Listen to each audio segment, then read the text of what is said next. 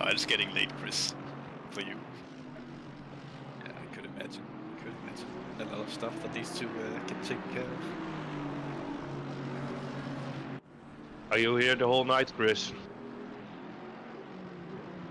And I think we are live again on part 2, as we are joined here in the commentary booth by Justin de Jong from the Sim Racing Holland team, the 34 car currently in 5th position. Hello, Justin. Hello. Can you? We see that you're up in 5th position. Is that something that you were expecting before the race?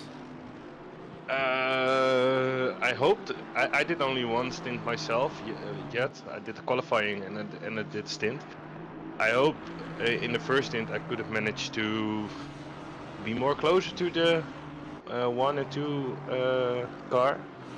But yeah, somehow I ruined my tires in that stint with following or something like that. So I dropped a little bit of pace. So it was not the best stint. I think with the pit stop strategy, we currently P4, maybe even P3 when everyone is pitted, but I'm not really sure about that. So yeah, for so on, it's going the good way. The Mode 11 cars off once again. This time at the Crocodiles, by the way.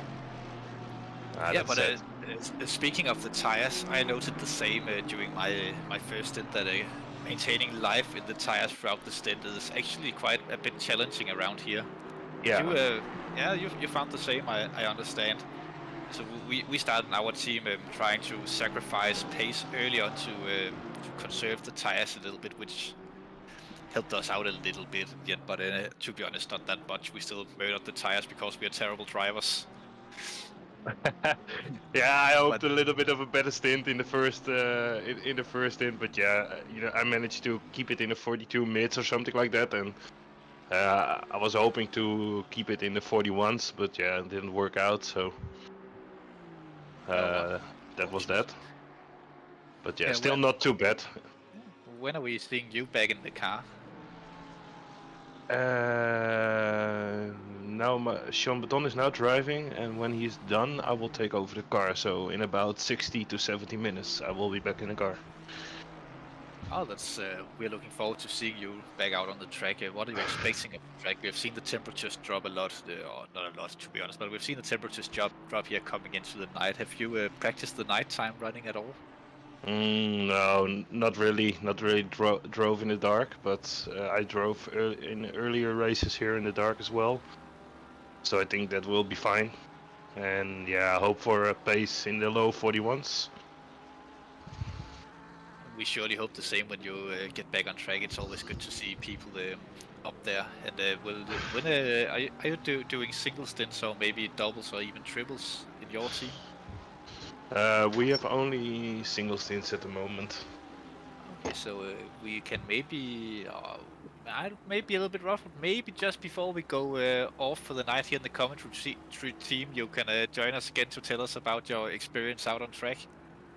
Yeah, no problem. When I'm done my stint, I can come back. I will be around here to around 3 to 4 o'clock, I think, and then I will go to bed, something like that. We'll be sleeping by then. At midnight Central European, we are having a little bit of a break here in the commentary shed. As you can probably feel, it's a little bit tight in here, and Chris is getting old, so he smells funny. I can understand. So yeah, but until what time are you guys here in the commentary booth? About midnight. Until about midnight, okay. Yeah, what are you expecting from the rest of the race now that you are doing so well so far with the car? Are you pushing on and trying to pace hard, or just consistently driving and trying to stay out of trouble? Yeah, staying out of trouble for sure, and I think at this moment P1 is out of our sight. We need to look if we want to fight for P1 again, because they are really fast. It's a really fast car. And yeah, P2, I believe we are closing in on P2 at the moment, so you reckon a podium might be in the offerings for you guys? Yeah, I think it should be, but yeah, you never know. It's 15 hours to drive, and a lot of things can happen in that 15 hours. Oh, most definitely. We surely hope that everything that could happen to us have happened so far, so hopefully you don't get to experience the same kind of unluck that we have received so far. Yeah, so yeah, we just, I think, passed we passed the quarter of the race now, so yeah, there's still 3/4 left to drive, so yeah. Speaking of 3/4 left to drive, have you noticed that the guy we're currently following, Dennis Meter, trying to overtake Schulz for P16? Have you noticed that Schulz doesn't have any teammates for this event and are planning on doing the entirety of the 24 hours himself? Yeah, he's in a Porsche, right? Yeah. Yeah, he is. That's insane what he's trying to do, and every position he can get in this race, I think it's a great effort to do it on your own. The 24-hour, he's doing well so far. What position is he right now? He just dropped 16, down 17. to P17 after he just went off there having a slide off. Yeah. But that's one of my dreams to do like these endurance races myself. I don't think that I would jump straight into a 24-hour, I must say, but I have done 6 hours races by myself before. But is he planning on taking a little bit of rest during the race, or you don't know? I actually don't know. We haven't had a chance to speak with him, obviously, because he's driving, so it's a little bit hard to get in contact with him. But I hope so for him. But if he can do the entirety of the 24-hour race without sleeping and just keeps focused on driving, I will be super impressed. I'm already impressed by the amount of time that he's driven so far. Yeah. No, more than 7 hours. It's 9 hours already? 8? Yeah, I'm not that good at math. That's why we have Chris, who have gone to the. It's 24, so it's 9 hours right now, and he's also driving in a Porsche, and that's a pretty difficult car. So yeah, it's a great effort from him for at the moment. So yeah, I totally respect it. He's one of the guys that we'll be keeping a close eye on here in the commentary booth at least, and following his progress through the race, seeing if we can start to see some cracks in the armor when it gets later on, and especially in the early hours of the morning. We're looking forward to seeing how he's doing there. Yeah, I wonder where he will end up, and I hope he takes some good rest earlier before this day, so he can stay awake. But yeah. I would say if he finishes this race in the top 20, which he does seem to have the pace to do. He has been ahead of us through the entirety of the race until this point where the 221 just overtook him a few moments ago. But he's doing such a good job at keeping pace in that car. He has the opportunities at least to get in the top 20 and finish there. Yeah, what is his pace at this moment? I don't have the maybe I can telemetry open. For some reason, I probably should have that while I'm commentating, but that's Chris's job. He is last lap was a 46, but yeah, but 42.5 has vested, so yeah. He had a slide off on the last lap, which is why he lost the position. But yeah, I assume that he'll pick it up again. He'll probably get some sort of moments of a lot of energy and then drop down, a lot of energy, drop down. At least he is fighting for position. That will help you stay awake, you know. Oh, so yes. that's a good thing for him. Yeah, that's the thing in these endurance races. I think that waking up in the middle of the night and you go racing and you know that you'll be racing on your own and you won't be battling for positions for a long time. That's one of the things that I, to be honest, like, and just being able to pace myself there. Yeah. But I know I have teammates who hate that. If they get up in the middle of the night and they don't get to fight anyone, then they will start dropping pace and make a lot of mistakes all the time because they can't keep concentrating. How do you feel about that? Do you prefer? Obviously, you'll be fighting for positions in the night, at least keeping the pace as high as possible to maintain it. But how do you feel? Yeah, during the night, no one of us will be alone, if you know what I mean. So he has always as an engineer or teammates with him. Yeah. And that's the thing we try, so no one is alone or can fall asleep, or if something bad happens or something like that, you know, someone can take over or whatever. Or what? So it's not because I want to kick you out, Justin, but we have just been joined by another driver. You can stay here for this as well if you want to. No, you driver just want me kick me out. I know for sure. you're smelling bad. That's the reason. I think you farted. Yeah. No, I will go back to the team and I will see you after my stint. Have a good one. You too, mate. Enjoy your time on track. Thank you very much, and see you guys later. Yeah. Bye. Bye-bye. As we go straight from one driver to another, driver/admin, we are joined in the small shed now. And what an honor it is to welcome Bas van Melissa for the Mode 11 racing team. What Hello, an honor Bas. to be here. Good evening, Oliver. How's things? Things are somewhat reasonable for me. I can understand that your team haven't been doing having had the best of races so far this evening. No, I think we've got the endurance bingo here. We've had the crash, we've had the disconnect, then we had another crash, then we had a hardware failure. So yeah, we've got the full endurance bingo. We've got it going on this 24 hours. Yeah, but you know, this is part of what makes endurance racing exciting. It's not just about the drivers, but also the equipment and a little bit of luck when you are out there on track. I couldn't agree more. And obviously, this race, especially with the charity involved, we decided against quitting, and we want to finish the 24 hours. So yeah, I believe that's the spirit, Bas. Keep driving. Yeah, that's the thing, and at the moment I believe we're in P26 because the hardware review. But yeah, I think we should be able to hopefully end in the top 25. That would be nice. I think so as well. You have a good team there with the main Mode 11 team. A lot of fast and consistent drivers, including yourself in that car. Yeah, it's the Ferrari is a dream around here. I still don't know how I managed to crash it in Cheetah, to be honest, because somehow the line was well as before, but I managed to just hit the kink a bit too hard, and it went. Well, I didn't even hit the curb. I think the back end went on the gravel, I think. But yeah, it was unlucky, and that's those things happen. It's all part of racing. When black turns to grey, you're in trouble, Bas. You know that. True that. So yeah, I just wanted to pop in because obviously we still have the auctions going on. We've got Simicube wheelbase, which is currently at €950. Obviously that wheelbase retails at just under 1,500, so we're hoping that we'll get a few more bids in on that. We've got the voucher for Simline.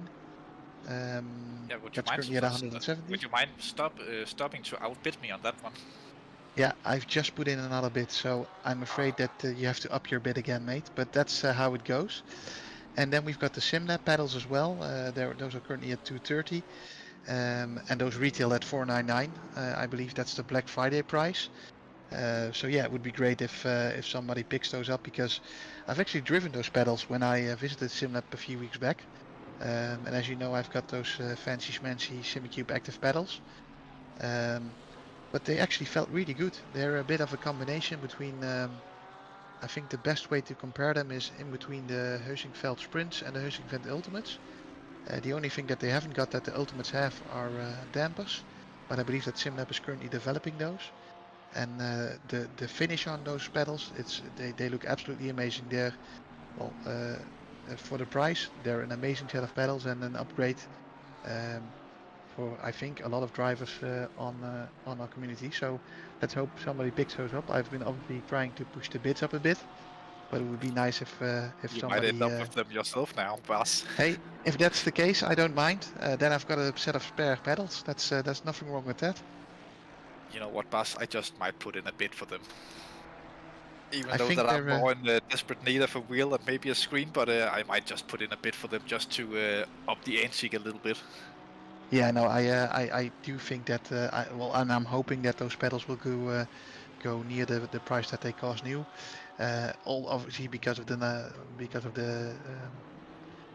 Christie charity that we're supporting at the moment. We're, I believe, at the moment a bit under £700 short of our target. So basically, when the auctions end at 1 minute before midnight, we should be able to smash it. I believe there's also still one motion simulation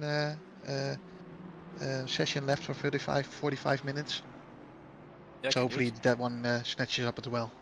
I feel like you can tell us a lot about that motion simulator that people can get a try in for a very small fee, to be honest, and the money will obviously go uncut to the charity.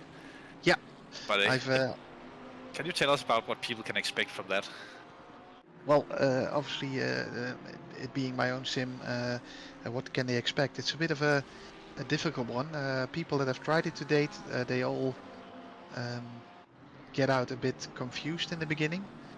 Because obviously with sim racing, normally when you don't have a motion rig, you're static behind a screen and you're not getting any input vibrations. But what my sim does is that it's got 4 DOF, which it's called. So you've got left, right, up, down, front, back, and it can also tilt. So you got all kinds of inputs that you have during driving. So it's quite an experience, I think. And with the sim being at this level, I think 25 euros is a steal. And people can have a 45-minute drive. It's in the center of the Netherlands. So I'm hoping that last session will also be sold at the 25 euros we're starting with, or more, of course. So we'll see how that ends.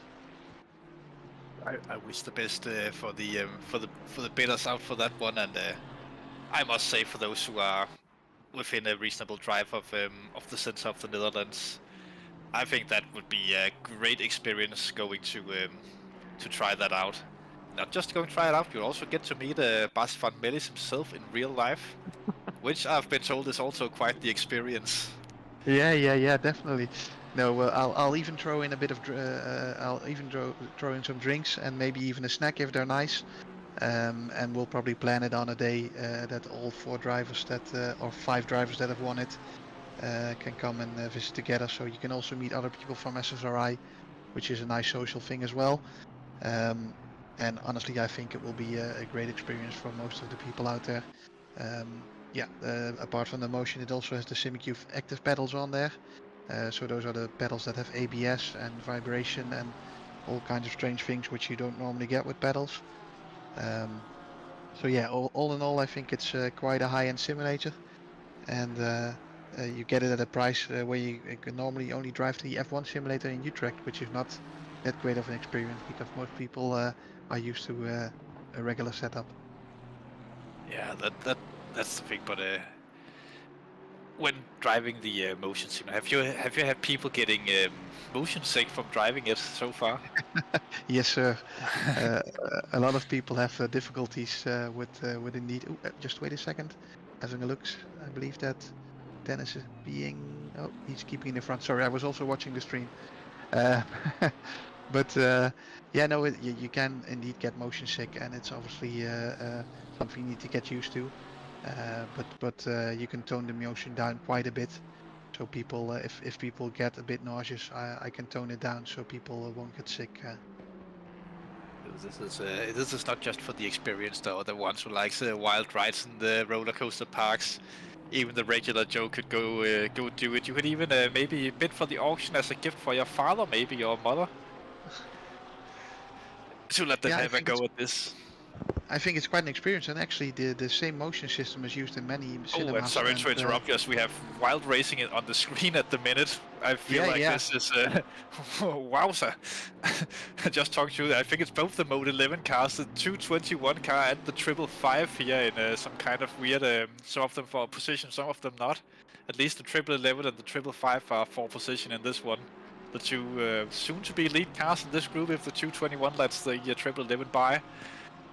And the regular 11 also coming in through. It looks like this could end up in tears for someone if the 221 doesn't pull out soon. He does pull out there and lets the 1111 go through. Now within half a second of Colin Mooney in the 555. Sorry to interrupt you there, Bas, as we were... It's exciting racing, and it's nice to see that even, what are we, almost 10 hours in?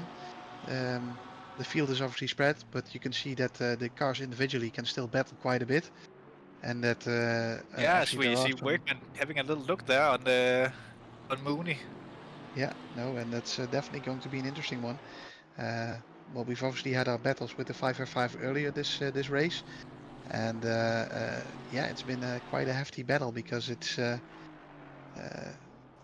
they've been defending with, as we say in Dutch, het mes tussen de tanden, which is the knife between your teeth. Oh, they most certainly would have been, as you have had a lot of slide taps or argy-bargy incidents with them, as we see now your sister car, the 1111, will attempt to make the move. A lot of cars in frame here. This is so cool to see. But how are you? You must know the guys of the 1111 cars, Will. Yeah, definitely. How excited are you about their positioning in the race at the minute? I think they have done a great job getting up to 12th position. What is the 221 doing there, pushing his way back through? I don't know what he's doing there, but that's a bit of a special one. Why did he push it back through? Yeah, he's obviously unlapping himself, but he literally just got lapped 1 lap ago. This seems a little bit strange now. He lets the 1111 back through, it looks like. Someone might need to go tell Meter to chill the fuck down. Oh, sorry, chill out a little bit. Beep. Well, I think that's indeed what needs to happen, and obviously the issue with the Ferrari and the Aston is that the Aston has a lot of top-end grunt, which the Ferrari doesn't. You probably see it here with the Mercedes. Oh, sorry, this is what's going on in the background. The 221 is also battling the 135 simultaneously as this battle up in front is going on. There's another battle for position right behind them, just further down the order of the field. That might be why they are driving so aggressively on the track at the minute. Yeah, it's not the smartest move, because usually... Definitely not, but... It is exciting racing, and we're not here. I believe early in the chat somebody said we're not playing Traffic Jam Simulator, so it's a good thing to see that there's a lot of racing going on. Dennis is probably... well, he probably said some words that are not allowed on stream, but knowing Dennis, he'll keep his head cool, and he'll be sure to try and see where he can overtake Colm and his team. Because Colm is at the moment really pushing. You can see him bouncing off the curbs there, so that didn't help his exit. And now I don't want to say anything mean about of Mooney, of course, but he is maybe not the quickest driver out there. He's actually only just getting used to racing on an actual simulator. About 1 month ago, he upgraded from the controller to an actual wheelbase and pedal set.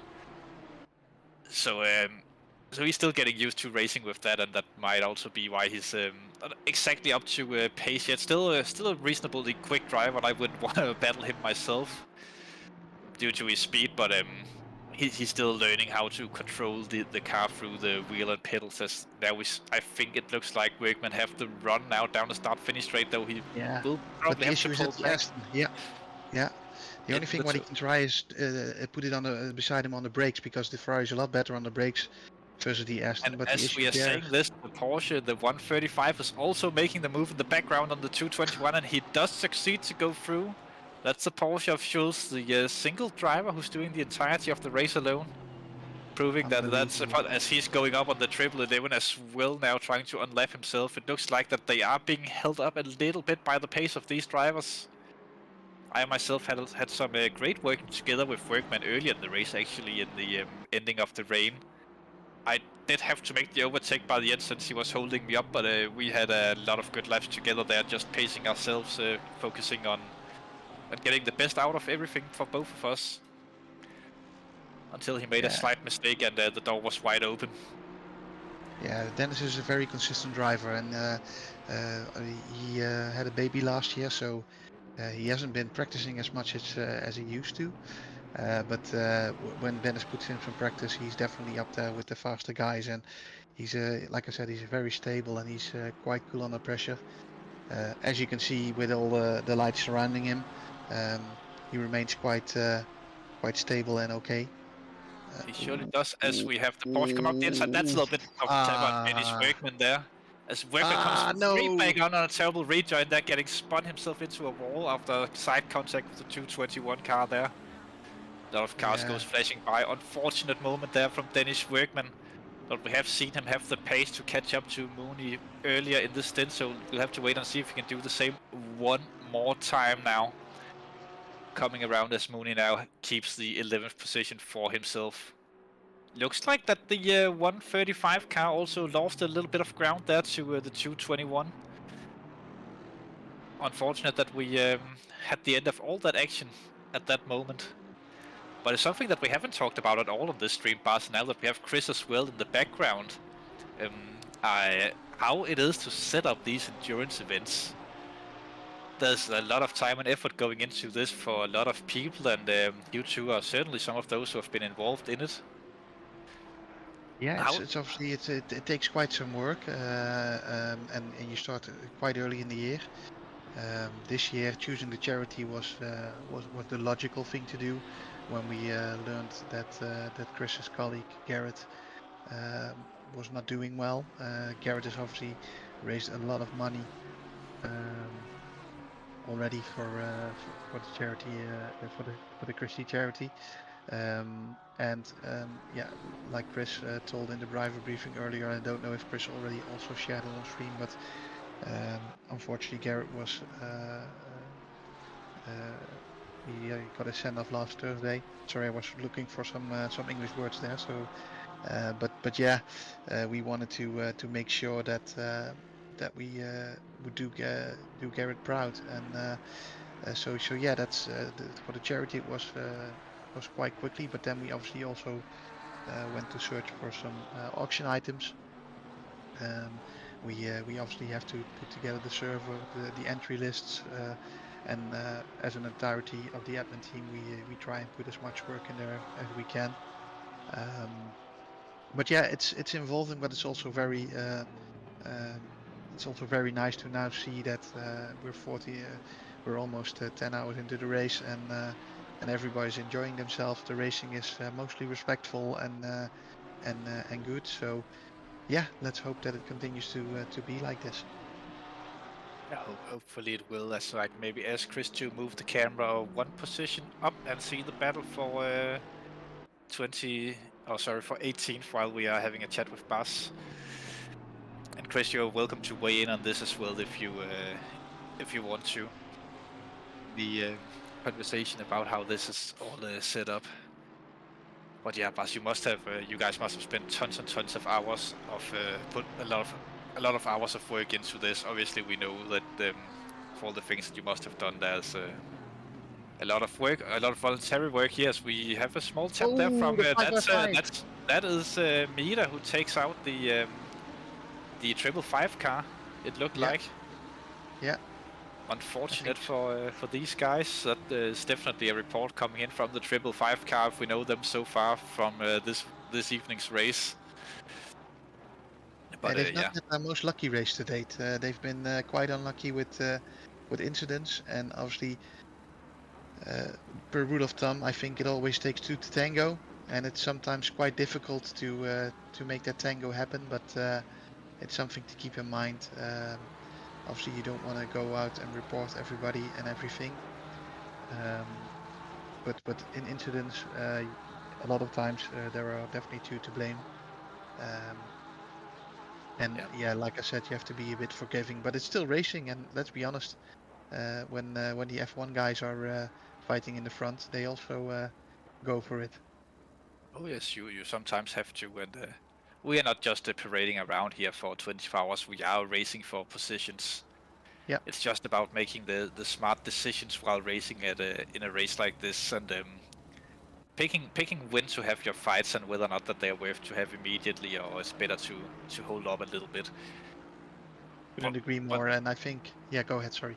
But then again, this is a team of a lot of great drivers who have just started to get into endurance racing not that long ago. I think that most of that team wasn't even sim racing a full year ago from this point on, so it's great to see them have developed into the quick drivers that they are at the moment and of this date. But it is a learning curve, of course, in doing these 24-hour races. I remember the first time I did one that was, let's say, not the nicest experience driving out there on track. For me personally as well, I made a lot of the same kind of mistakes, and yeah, things happen, and they are not the only drivers out there doing this. Of course, getting involved in stuff. There are a lot of other teams who also get involved in a lot of incidents throughout this race. For example, our own team, the 221, we have had a few argy-bargy moments with other cars and spun ourselves around quite a lot that we obviously don't like to do, and several drive-through penalties, as we see the Astro Racing team that's showing off how not to spin yourself back onto the track. Yeah, but like you say, that's a good point and a fair point. Everybody has their moments, and obviously in the heat of the moment, you can get a bit annoyed with yourself and be overly aggressive. But I believe there was a Formula One driver quite a while ago who unfortunately left us too soon. But he said, I believe, if you no longer go for the gap, then you're no longer a racing driver. Yeah, and And I if you think go, that's true. and there's another driver who lived out that words to perfection, where he had the mentality of if you no longer go for a closing gap, then you're not a Maldonado. Yeah, he had quite a An special interesting career in career. Formula One. Yeah, an interesting career. That's the best words. Yeah, and yeah, to be fair to him, he actually did do some great racing, and he did win a race, and he was in a car that maybe wasn't the best from time or most of his career, to be honest, either at Lotus or Williams, but he did do some reasonable performances out there. Yeah, definitely. And I think that, well, who doesn't remember the rockets that he sometimes launched? Eh? He had quite Yeah. some special moves. But hey, I think that if you are in a car underperforming, and I think that you could also see it in the younger years of Max Verstappen, he was also overdriving the car and pulling so much out of it that he was constantly on the edge. Obviously, Max is a big sim racer as well, and then he's seen a lot also online.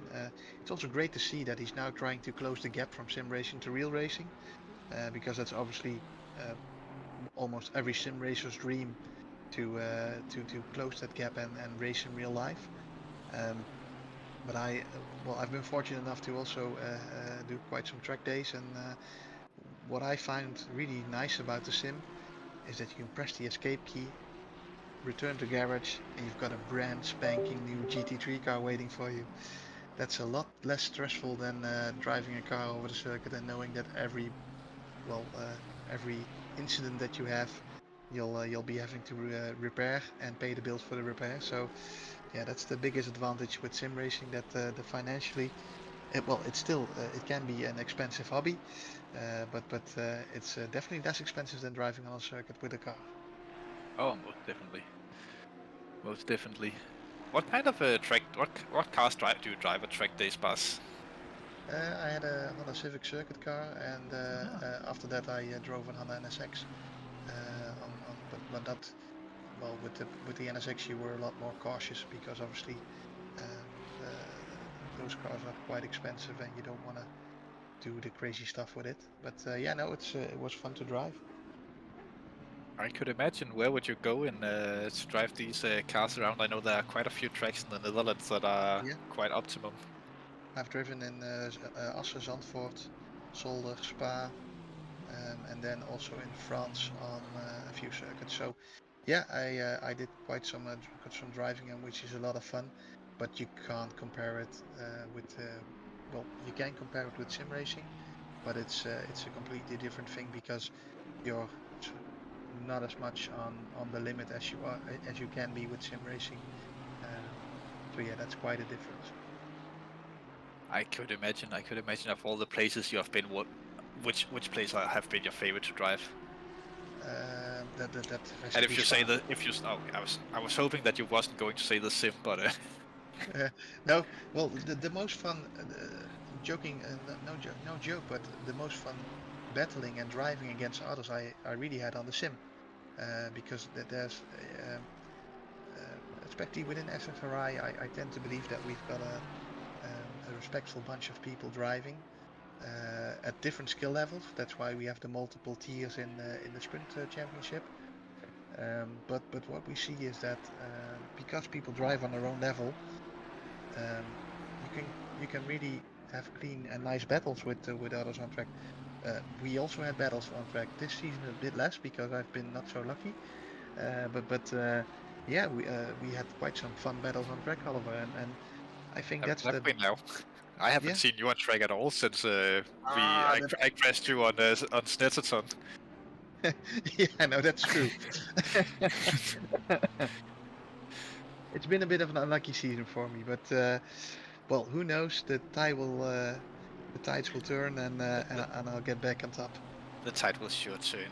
Last season when we did the sprints, I only raced as a reserve driver there, but I didn't have a single race that I raced where I wasn't involved in some crazy big incident for some unknown reason. So it comes and goes in waves, but it's just breaking the curse, and then you'll be right back out there, and we can have our mighty battle for the championship positions, as we are playing since the start of the season. Yeah, no, I think that's a good idea. But that's, like I said, that's the advantage of the sim racing and the community that we're in, that you can also learn from others. And I think we're quite a forgiving community. So if you have an incident, an example, last race I had an incident, and it was completely my fault. So I contacted him after the race, and we had a brief chat and ended up having a longer chat. And yeah, Nick was very understanding, and he understood that there was no intention of me hitting him in the rear for the first corner. But after the chat, I said, well, if you report me, I'm more than fine with it, and I take full blame. And in the end, he didn't even end up reporting me because, like I said, it's all a matter of just explaining what you did. I think it's also if you're in the wrong, just admitting that you're in the wrong, because we're a community where that's just possible. So I think that's one of the best things of SSRI, that everybody is respectful to each other, and a great community as well. Oh, most definitely. I've raced in a few communities over the years, and well, SSRI have grown to a point now where some of the small community feel are getting a little bit away, but I think we could do something about that, Bas. I feel like we should start getting the drinks and drive Fridays back together. You know what I'm saying? Yeah, no, definitely. I think that's a really good idea. I would like to propose an idea to everyone out there watching, that at midnight, when we finish the last bit of the broadcast, we'll meet up in the general voice channel, and we'll have a beer, maybe a drink, and talk about our races so far. Drivers to drivers, fans to fans. Just to maybe talk to someone that we are normally not that we normally don't talk with. So yeah, anyone who are interested in that should join us in the general chat when we are finished broadcasting tonight. Yeah, and it's always nice to talk to like-minded people, because everybody on this in this race is like-minded, and they like racing, and they like cars, and so you've got a lot of touching points to chat about. And yeah, like I said, it's always important that we keep the community feel. And I do agree with you, Oliver. Over the past months, it's been less busy in the chats, and you see that people been caught up by summer. But with winter coming again, we also see that the attendance of the races is getting better again. And winter is coming. Yeah, winter is indeed coming, to use a quote. And yeah, I think that it's a good one, that everybody, that is getting more busy again, because I do agree that that was really nice when it was a bit smaller.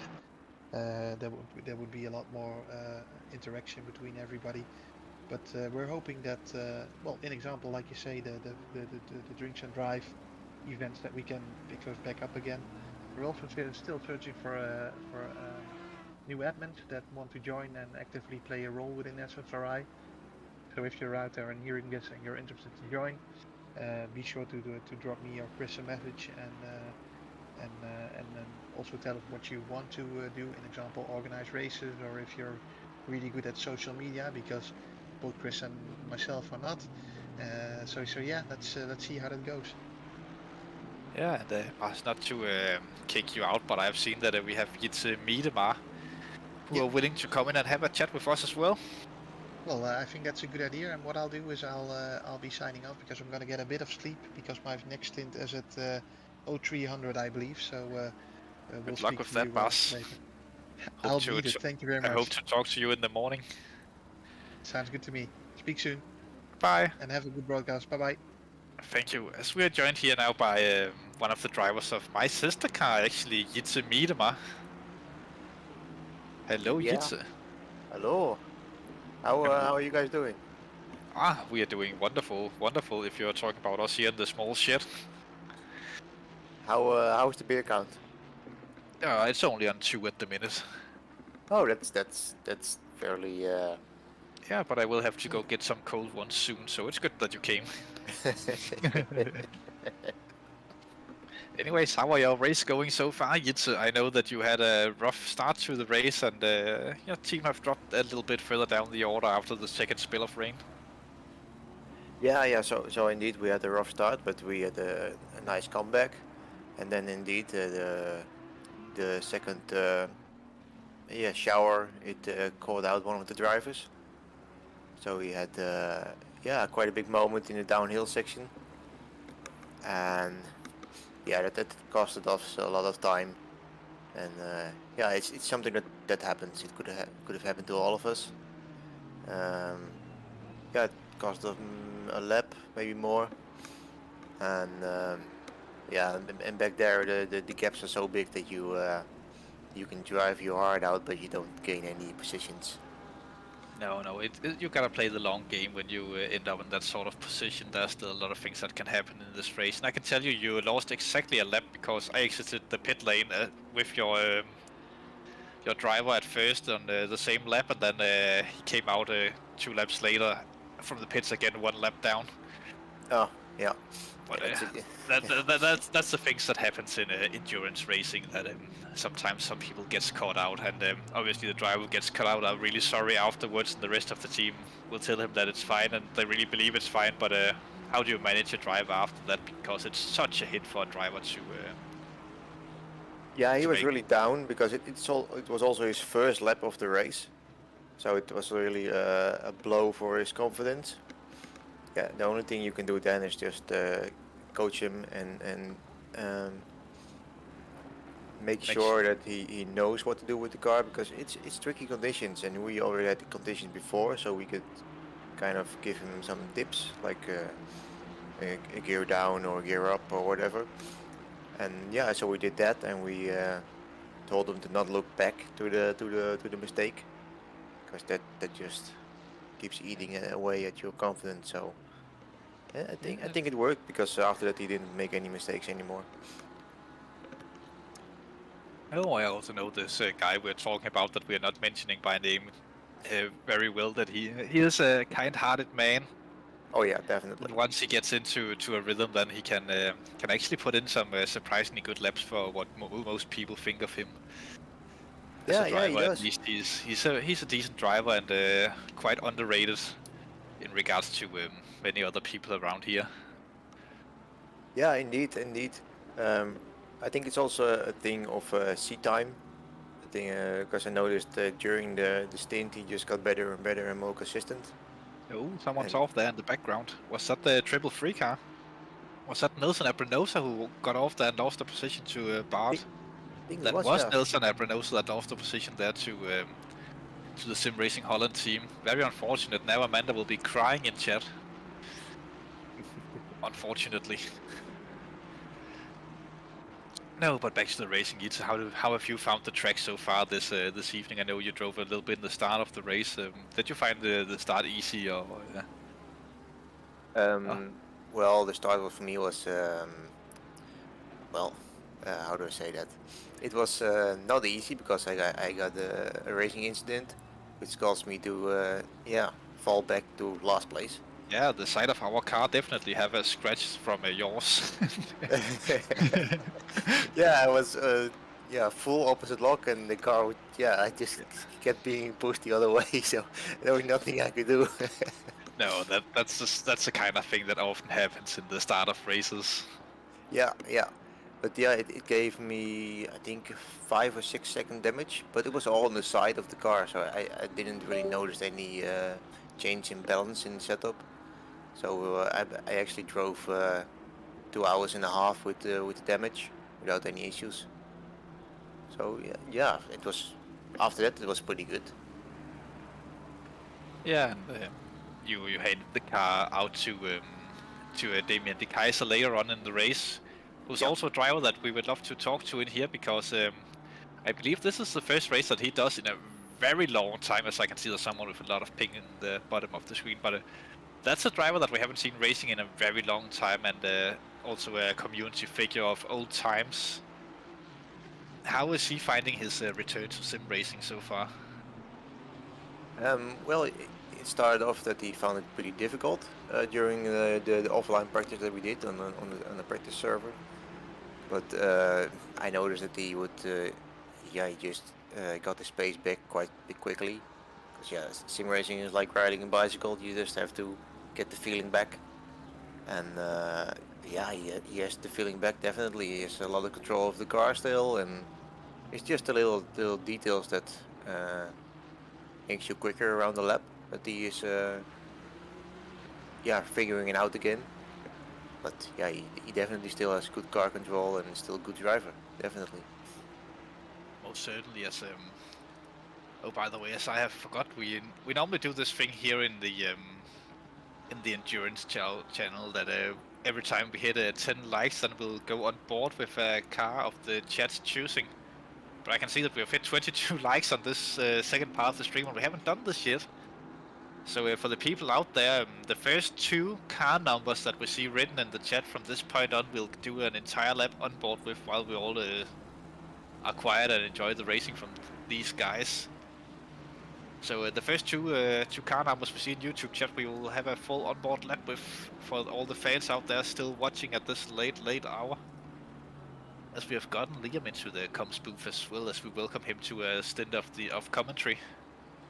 Yes, hello. It is thankfully not so late over here in the Americas. I'm just about to turn over into the 4 o'clock hour. Yeah, so as we see... Come to help relieve all of my EU buddies. Oh, that's so kind of you, as we now have the first two cars that we will go a full lap on board with. That's something that Chris Hill will arrange in just a few seconds. The 34, and then when we have done the first lap with him, then the 88. As we are on board here, and we'll just be quiet while we enjoy this racing, so I can go have a cigarette while we do this.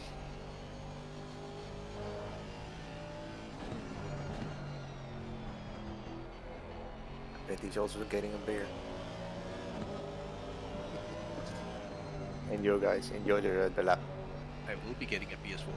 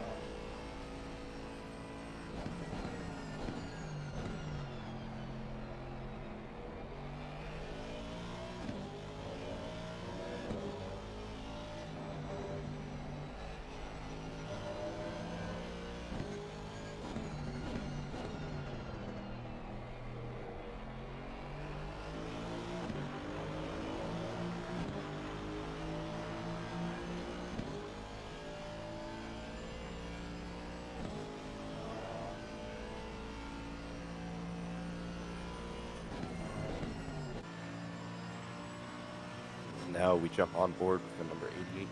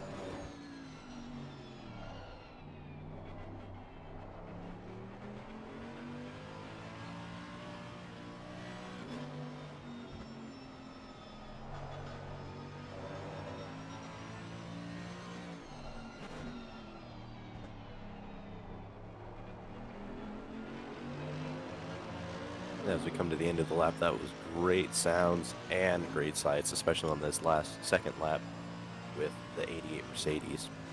Lots of contact in front with a couple back markers. Losing Felber some time to McConnell in front. But a great job managing and not making contact with that Audi coming into that final sector. As you see, we have McConnell and Benton fighting the Ferrari and the Aston Martin just right up ahead. I honestly haven't watched much of the race, so I don't know where the big battles have been, so I will be learning along with everybody else here coming in these last few hours of the commentated stream until early in the morning. But it does look like it still manages to be very close, obviously less than a second between these two cars. Ferrari and the Aston fighting, each having their own distinct advantages throughout this track. Aston Martin having a really good top end. With Ferrari definitely being able to close down through these sectors. As you see, he was almost a full second back, now just barely a few tenths. See if he's able to get a lunge down into the final corner or get a good run out onto the front straight. Definitely being able to stay along very well, clipping the apex, keeping as much space, or as little space between him and the Aston as possible. Nice braking into the final braking zone, sticking right up to the bumper, but he has to lift just a little bit so that he doesn't run into that rear end of the Aston. However, he may be close enough to get a little bit of a tow. That could have been a track cut there from John Betson in the Aston Martin of the Sim Racing Holland team, as he went wide over the curbs on the Ingif corner. I'm definitely butchering the pronunciation of that name. It was very close, I will tell you that, if he doesn't. Yeah, that's the thing you have to manage a little bit when you are racing, especially in these 24-hour races. How much do you dare push the track limits in a situation like this? Yeah, well, and you got to think, how far are we into this race? We're almost 10 hours into this race, so you're only about halfway in. There's been a from the little bit that I've seen, there's been quite a bit of attrition. Obviously, we've got multiple laps down. Even just going down to 21st, you're 4 laps down. So it's still fairly close, actually. Not a lot of drop-off from what I've seen. No, there haven't been many racing. There haven't been many retirements. I feel like as they're coming through a back marker here, a lot of drivers in this race, a lot of teams, they are focused on just completing the race. Some of the teams further down the field have had disconnects and other issues throughout the race. But yeah, that's the thing about endurance racing, and the beauty about 24-hour racing. It's not about where you finish; it's about finishing the race, first and foremost for many of the teams. But for these guys that we're watching here, it's not about finishing the race; it's about finishing it as high as possible, and maybe even going for the win. Absolutely, and like you said, these two are definitely looking to go for the win. Just 1 lap behind our leader, Muller. Yeah, both these cars were on the podium last time we went endurance racing at Monza.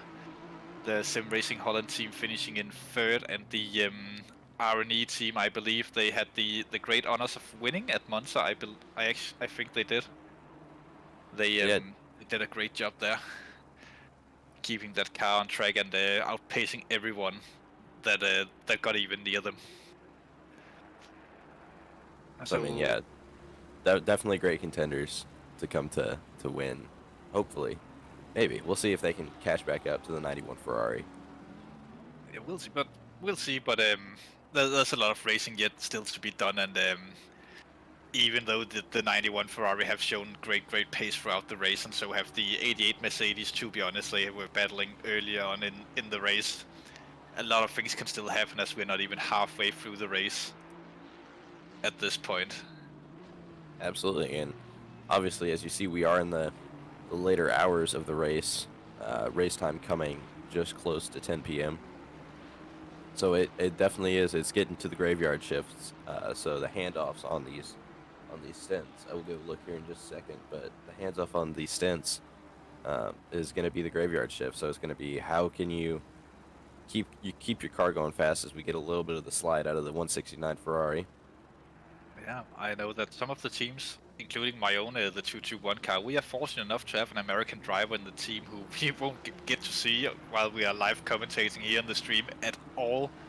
since he'll be taking much of the nighttime driving away from us Europeans, which we are very happy about that he joined us for this one, and a good thing about having the drivers from overseas, sort of say, from your territory, of course, for these events. But for the purely European teams, the nighttime driving can be super rough if you're not completely prepared for it. Absolutely. How to Like disable YouTube comment box? Yeah. Well, guys, on that note, I'm gonna hit the bed. And Yeah. Oh, you're still here, Jitsu? yeah, I was still listening to you guys' beautiful voices. Well, I hope our beautiful voices can put you to sleep. Oh, that would be strange. Yeah, I got a stint coming out at 4 o'clock tonight, so Good luck with that. Thank you very much, guys, and enjoy the stream. Thank you, and have a good time driving, and we hopefully you can get some sleep. I'm gonna try it for sure. Okay. See you later, guys. Bye. Good night. But yeah, no, like I was saying, I went and pulled up the stint timers. So the 34 Aston Martin has been going for an hour and 3 minutes. So they've got roughly 12 minutes left. So just a few more laps. Whereas the 169 actually has a 5-minute advantage on them. So they are 3 laps shorter on their current stint. And obviously, like I said, have 5 more minutes. Yeah, that's one of the things that's also, it's not the biggest of issues here on Kyalami for the different cars running obviously different engines and have different fuel consumptions, but normally we see the Ferrari being a very good car for endurance because it's not very thirsty compared to the V8s of the Aston Martin and Mercedes, for example. They normally cannot go as deep into the stints as the Ferrari can on the best possible engine maps, but this time around here at Kyalami, we believe that most teams can actually reach the stint limit of 75 minutes without too much fuel saving. But that might be the thing that the Aston have been doing so far. A little bit not enough of fuel saving on just a few stints, and that's why they're a little bit off sequence with McConnell and the rest of the R&E team. Absolutely. Although it does also look like the 34 has taken one more pit stop than both the 91 and the 169. Yeah, that could be. We have seen some rain earlier in the race. They might have or two spells of rain on it, to be honest, but the second one wasn't big enough for anyone to take wets. But they might have gone in for the first set of first rain period to take wet tires and then come back out on dries once it's finished. So actually, it looks like just over in a couple hours in the race, it looks 4 or 5 hours into the race, they had a really, really short stint of 10 laps with one of their drivers. Oh, that could have been some kind of issues that they were facing at the point. That was when I was in the car myself, so I honestly don't know what went on with them at that point. Speaking of cars that have seen issues, the 555 car have dropped all the way down to 16th position. Now they were top 10 runners for most of the, at least first 8 hours of this race. They must have been in some kind of issues. They have changed drivers as well, but I think that was according to strategy. That Colin Mooney had driven his full stint and handed over to Chico Leventhal in that car, but yeah, that was just a little note that I noticed on the side of the on the timing board, as the 74 is also climbing back up the tables after they had a disconnect earlier in the race. Same goes for the 11 car, of course, that we can't see on the timing board yet, since they are still trying to regain positions after their disconnect and the issues that they have been facing early on. But yeah, they will come probably show up on the timing board when we come back in the morning. I have no doubt, although, like you said, anything can happen over those, our 6-hour break that we have in the overnight hours. So there's, like you said, lots and lots of racing that is still to be done. Lots of positions that can still be gained, lots of positions that can still be lost. Most definitely, most definitely. It is really one of the toughest parts of endurance racing, getting that nighttime driving to go up in sort of a way that it makes sense for the teams. A lot of teams will be doing this differently. Some teams will be having drivers who are specifically only doing the night shifts Other teams are just full shoveling around and doing what they want. Some teams have 2 drivers, maybe even 3 drivers, who are swapping overnight, keeping each other company. It's the main thing, as we have seen the R2E car around, one of the more interesting liveries on the grid, shall we say. It's one of my personal favorites, although all of the liveries are my personal favorites this time around. They are also good, but this one in particular have some great color combinations and some fun details on the car. Absolutely, and then wasn't this one of the cars that was struggling with connection issues earlier? I remember hopping in and one of the Audis, pink Audis, was. I believe it was a car that had such issues earlier. We've also seen them have quite a bit of ping throughout the race with some of their drivers, but they're still soldiering on, of course, and doing their best to maintain at least some stability in the race. Only down to 23rd at the minute. They still have a lot to fight for throughout the night as they come into the pits now. Yep, likely coming in. They may have had some damage from that spin, or it may just be the end of the stint timer. For the 417, they've been... Actually, no, this is a very short stint. They're only 33 minutes into the stint, so yeah, likely coming in due to damage. Could be. As Chris is doing us a good favor now and showing us some of the lesser shown cars on the stream. This is the only team racing at Bentley. Great car to look at. A car that I personally like to drive myself. Not the most competitive at the minute in ACC sim racing, but such a special car to drive. Right-hand drive, of course, and just a beauty and a big car on track. One of the bigger cars you can find in GT3 racing in pure size. It's right up there with the M6 in mass when it's on track. It's such a long car. Beautiful to drive, great power, great weight distribution as well. It's not the heaviest car, even though it looks like it. It's actually quite light and are very gentle on the curves. Although that looked like he got a little bit too much of it there. Fun fact about the curve there and the S's, when there's a point where when the hill sort of hits the lowest part, where the curve sort of just does a weird twig where it just drops a lot. That you really don't want to be on that part of the curve, because then your car will get a little bit loose underneath you. Something that we might not notice that well here on the stream, but a lot of the drivers have definitely found that out at some point in the race.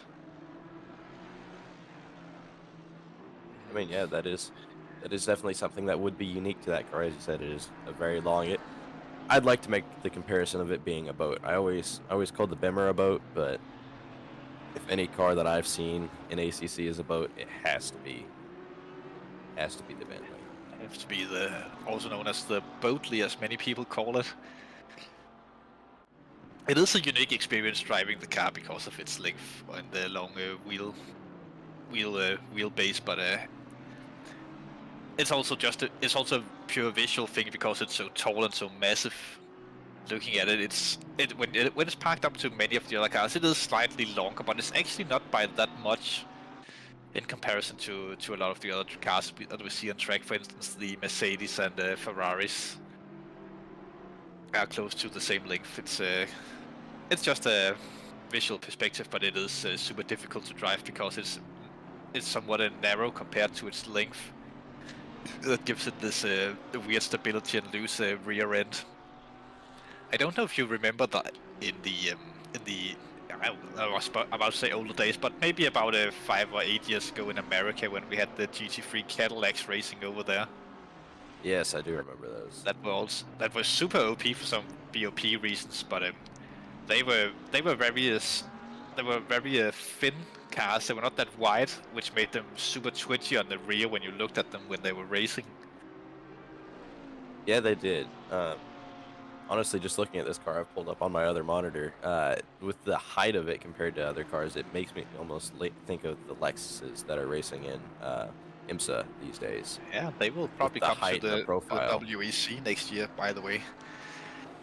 But yeah, it's also interesting that we don't have any Lexuses running this race. We had seen the car that the Mecklenburg family are running. They raced the Lexus earlier this season. Also one of my personal favorite cars to drive. It's so fun to drive, but that's also very twitchy on the rear end when you're driving that sort of say.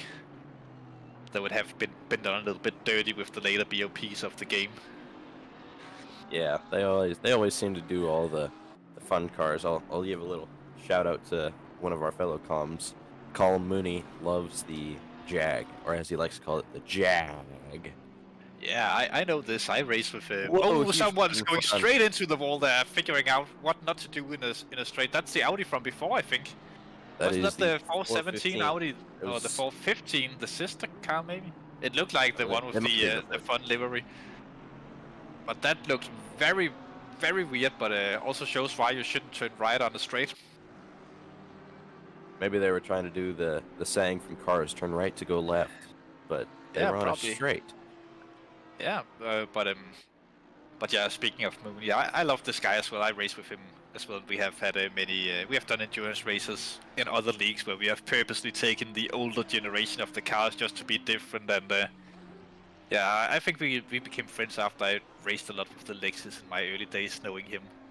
And we both have this common, I would almost say, fetish for the Jaguar.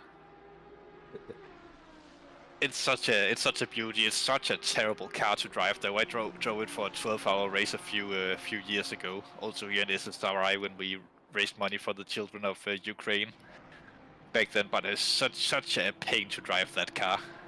It is such a pain. So hard on the fronts and just so weird.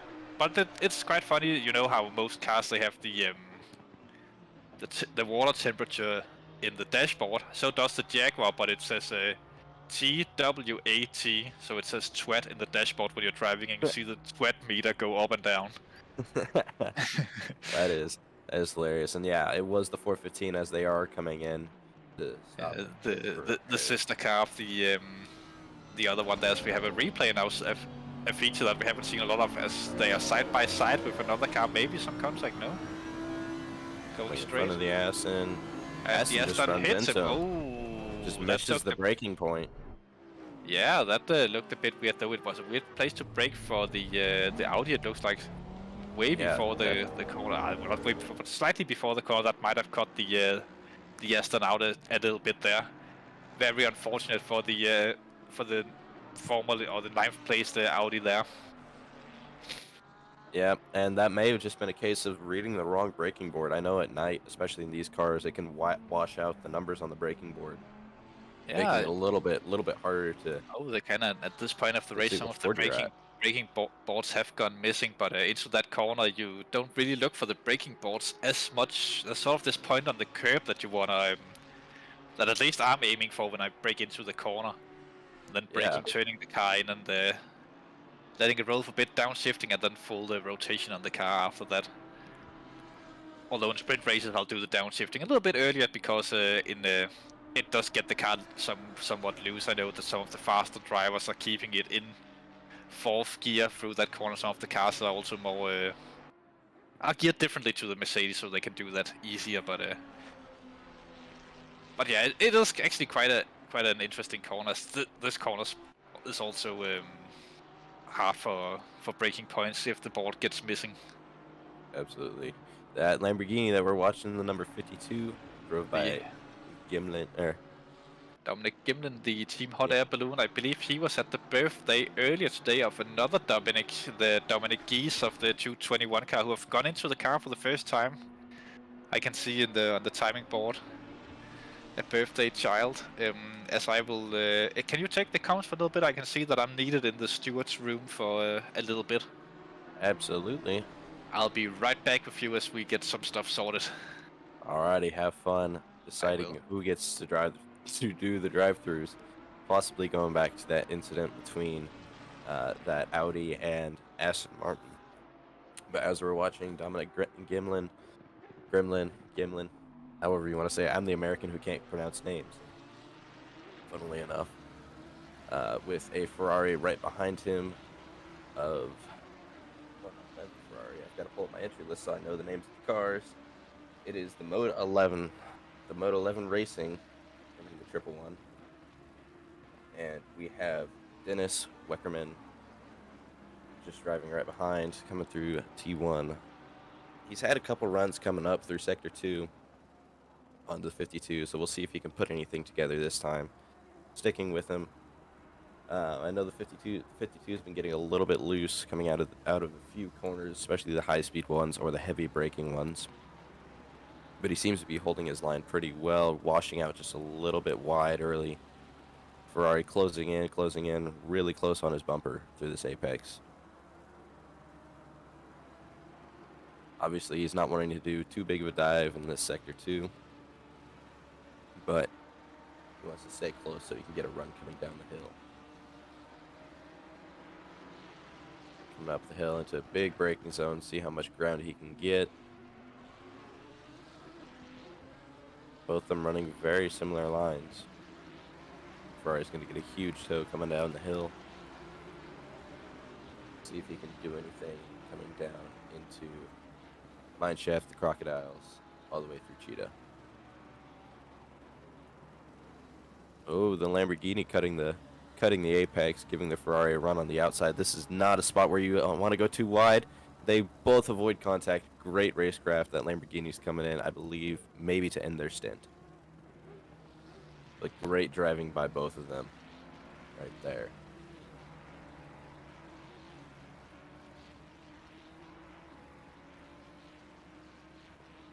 And now, all that Weckerman is going to have is nice and clear track up in front of him. Check on his stint timer of the 1111. 1111's an hour and 3 minutes in, so they've got a few more laps as we hop on board with the 12, the Sim Racing Holland number 12 car, as we have Peter Vanner. Yep, Peter Vanner in the car currently, chasing down. That's Chris Wall up ahead of him. Multiple people are going to correct me if I'm wrong because I can't read my sheet. But chasing down the 333 in front of him to Aston Martin, so not necessarily going to have a car-to-car advantage, but it's going to be who can get in front of the other or get a better drive off the corner, who can hit their marks later this late in the stint, as we are about to cross the 14-hour mark. We've got 50 seconds till the 14-hour mark.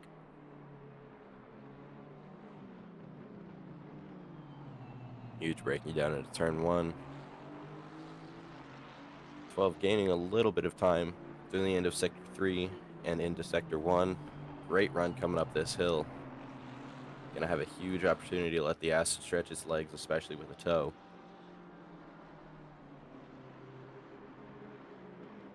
Triple 3 going to do everything to defend from a similar car, knowing exactly how it should behave, but not necessarily knowing how it is due to different setups.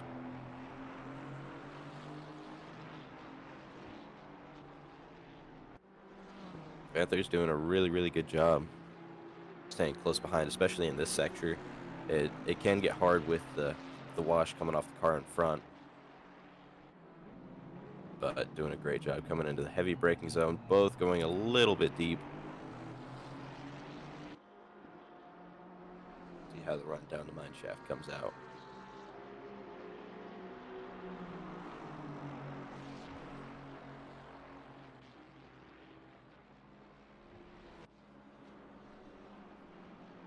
Number 12 seems to fall back just a little bit out of the exit of corners, but makes it up in the braking zones.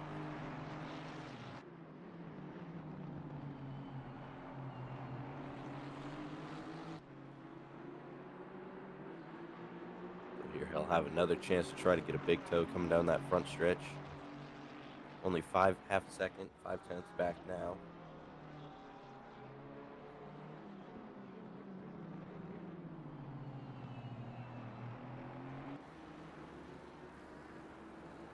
See if he can do anything off the out of barbecue, as they do have the leader coming up behind them. Both of them sliding just a little bit behind coming out of barbecue. But a huge drive here into Sunset now. Panther definitely sending it in, making up time through Sunset. Slight breaking in the clubhouse, get the rotation out of the Aston. Panther definitely made the most out of it. He's got to be careful coming down through the S's though. Good run up to the coupe. Big braking. He's looking for the dive down the inside, but doesn't quite stick his nose in. And Vanther definitely seems to get the drive down in the mine shaft. And he'll have the inside preferred line. And he gets it done. Completed pass. Good clean driving from both these racers.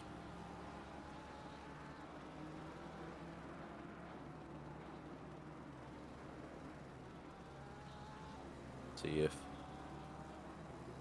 Mr. Wall has any response for him. Coming out on this front strap, or if Vanther is just going to pull away. Does look like Vanther is just going to pull away.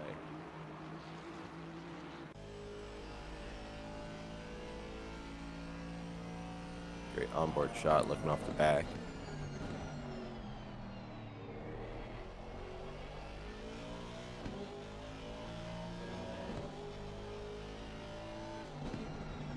Now, these cars do have to worry about the leader coming up right behind them. So not that Ferrari, but this next car that's going to come around the corner out back behind them will be the leader. See them just way back there in the distance.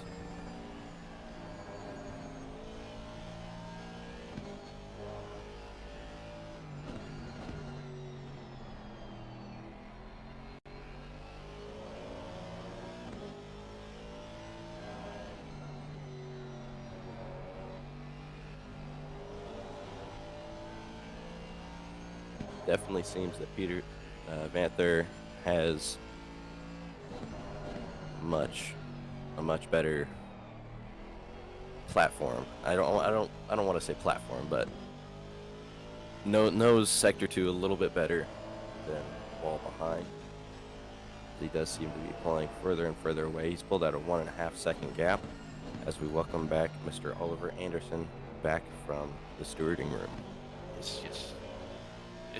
Anything interesting happened in the race while I was gone?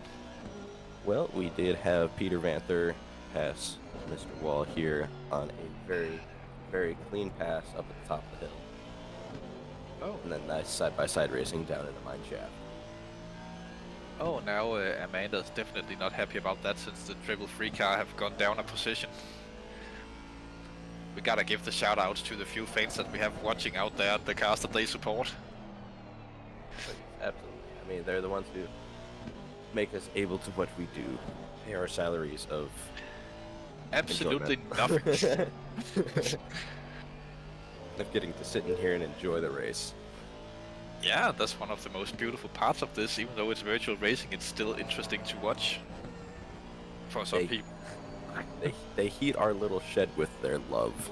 There we go. That's what they do. And that's much more comfortable than Chris's warm farts.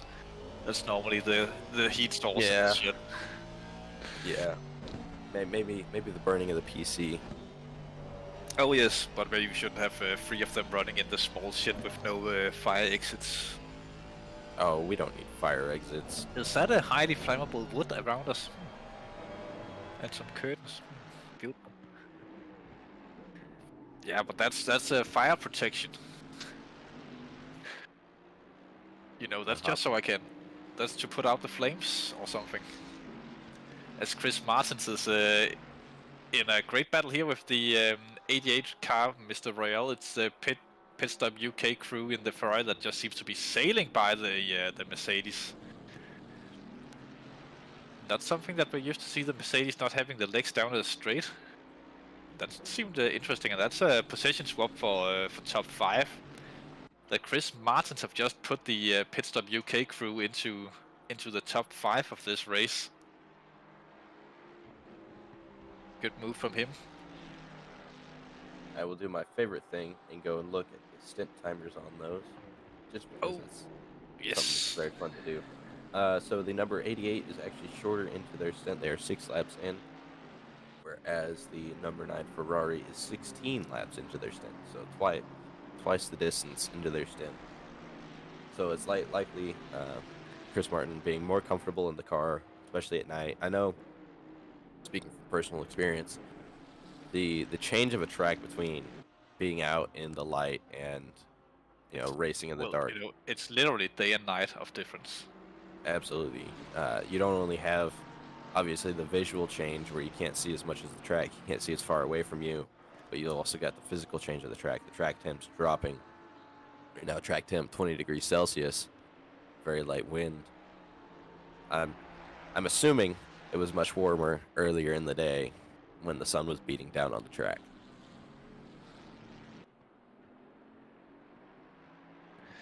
Yeah, for me personally, I love driving in the dark. I think it's a very relaxing thing to do when you can only see basically what you see in your headlights, and that's a calming thing. It might not be as calming around Kyalami because there's so many cars on track, and yeah, you can see the lights of everything else going around you. But when you're racing all alone, you can only see what you can see from your headlights. If you've ever done the Nürburgring or Circuit de la Sarre, or just been out alone practicing at night, that's something that relaxes me personally and something that I love to do. Absolutely. I mean, it just, you get more of a feel of the track, you know. When you hit, you know when you hit a good apex. You already know in the daytime when you hit a good apex because you get your good exit. Yeah, but at night, when you just swing around a corner and hit it just so perfectly, it's such a nice feeling. I'm sure that's what Chris is feeling, being able to pull away from that 88. He's kind of off in his own world now. He's got a bit of space in the track up to the 404 track-wise, but most definitely, he's enjoying his time out there. He's definitely enjoying his time out there. Absolutely. Speaking of, we don't seem to have any other super close battles for position at the minute on track, at least what I can see. Maybe further down the field, but maybe we can have a little bit of a. I think that we haven't seen a lot of the 74 car this race, to be honest. The car raced by some of the community greats, sort of say. It's and as they get a drive-through penalty, that was totally not commentator's curse.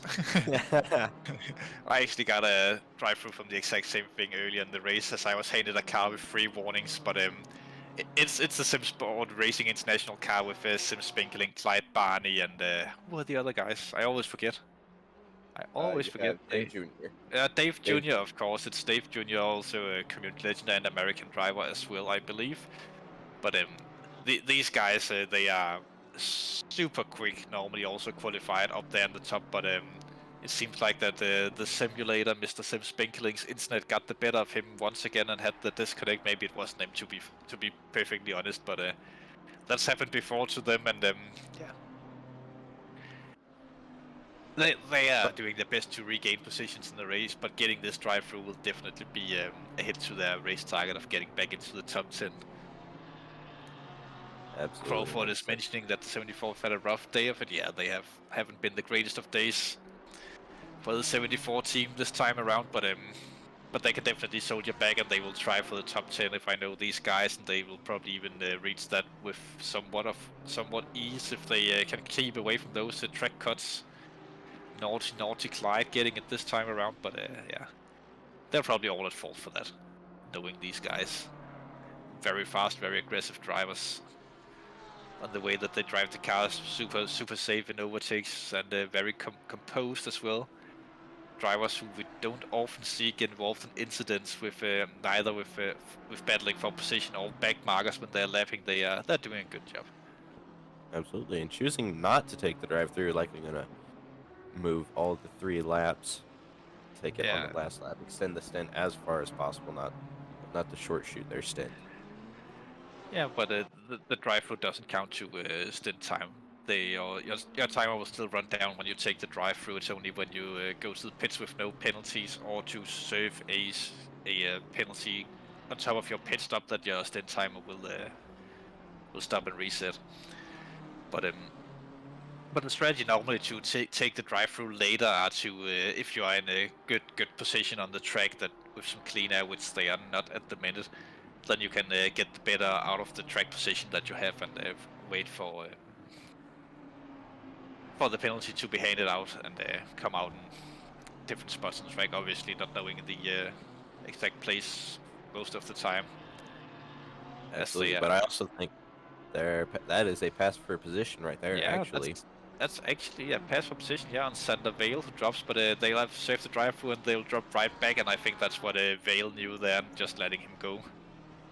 But again, it's also a matter of picking your battles, and I don't think Sander Vale would be interested in battling Clyde Barney at all.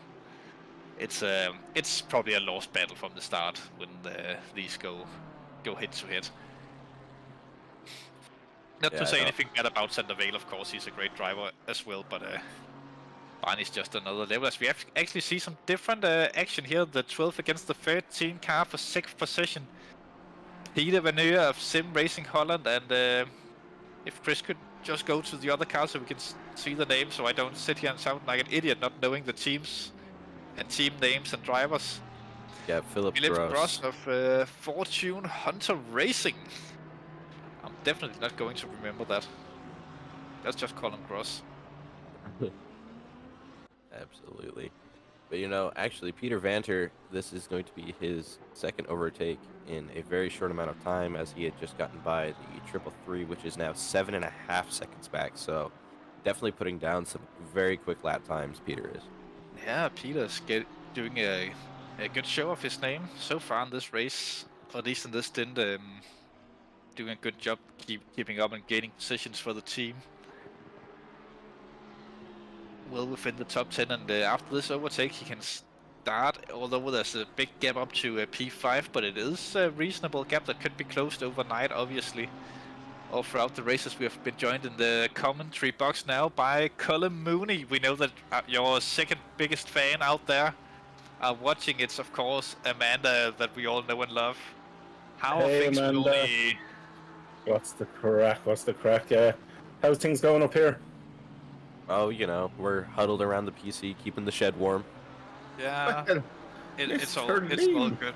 I know that Mooney have another way to keep us warm, but we need a honey in the middle. I don't know what you're talking about. I normally, if I'm looking to get warm, I'll ask Chris Hill for his water bottle. That's not the only thing that you ask from Chris Hill. Anyways, Mooney, how are your race so far? We can see that you had a little bit of a rough stint. To be fair, right, I have been murdered several times, which, you know, happens, but I did make 3 murders myself, so as much as I want to give out, I can't really give out.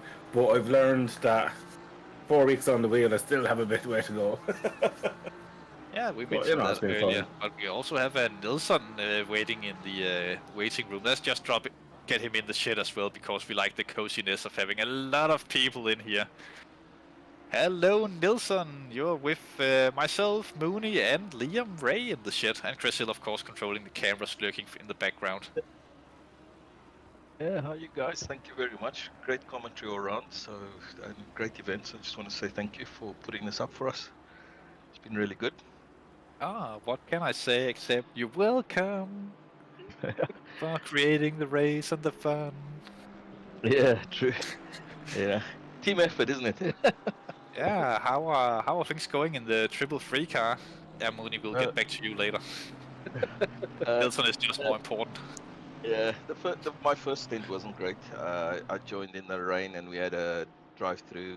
Fabri was caught speeding. That threw me off a little bit, and that transition from rain to dry, I don't know if I messed the tires up or just... Just really look at this, the 221 is unlapping themselves from the 333 car. Great job, Dominic! Whoop. Yeah. Yeah, there you go. So first stint wasn't great for me, but my second stint was a lot better.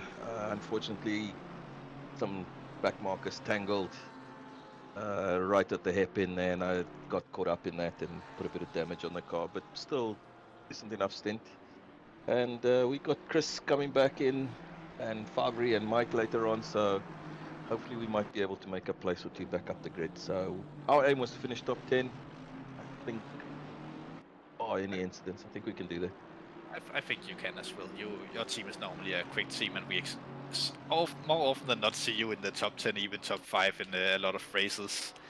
Yeah, we're not the fastest, but we're pretty consistent. We aim for consistency where we can't find speed, but we do have guys like Chris and Mike and Fabri and yourself and Matthew as well. Yeah, I don't know. I'm old now. I'm old. I'm struggling to see in the dark even. And these boys stuck me in the stint in the dark, and I was like, but I can't see, I'm old. I said, ah, you'll be alright. So yeah,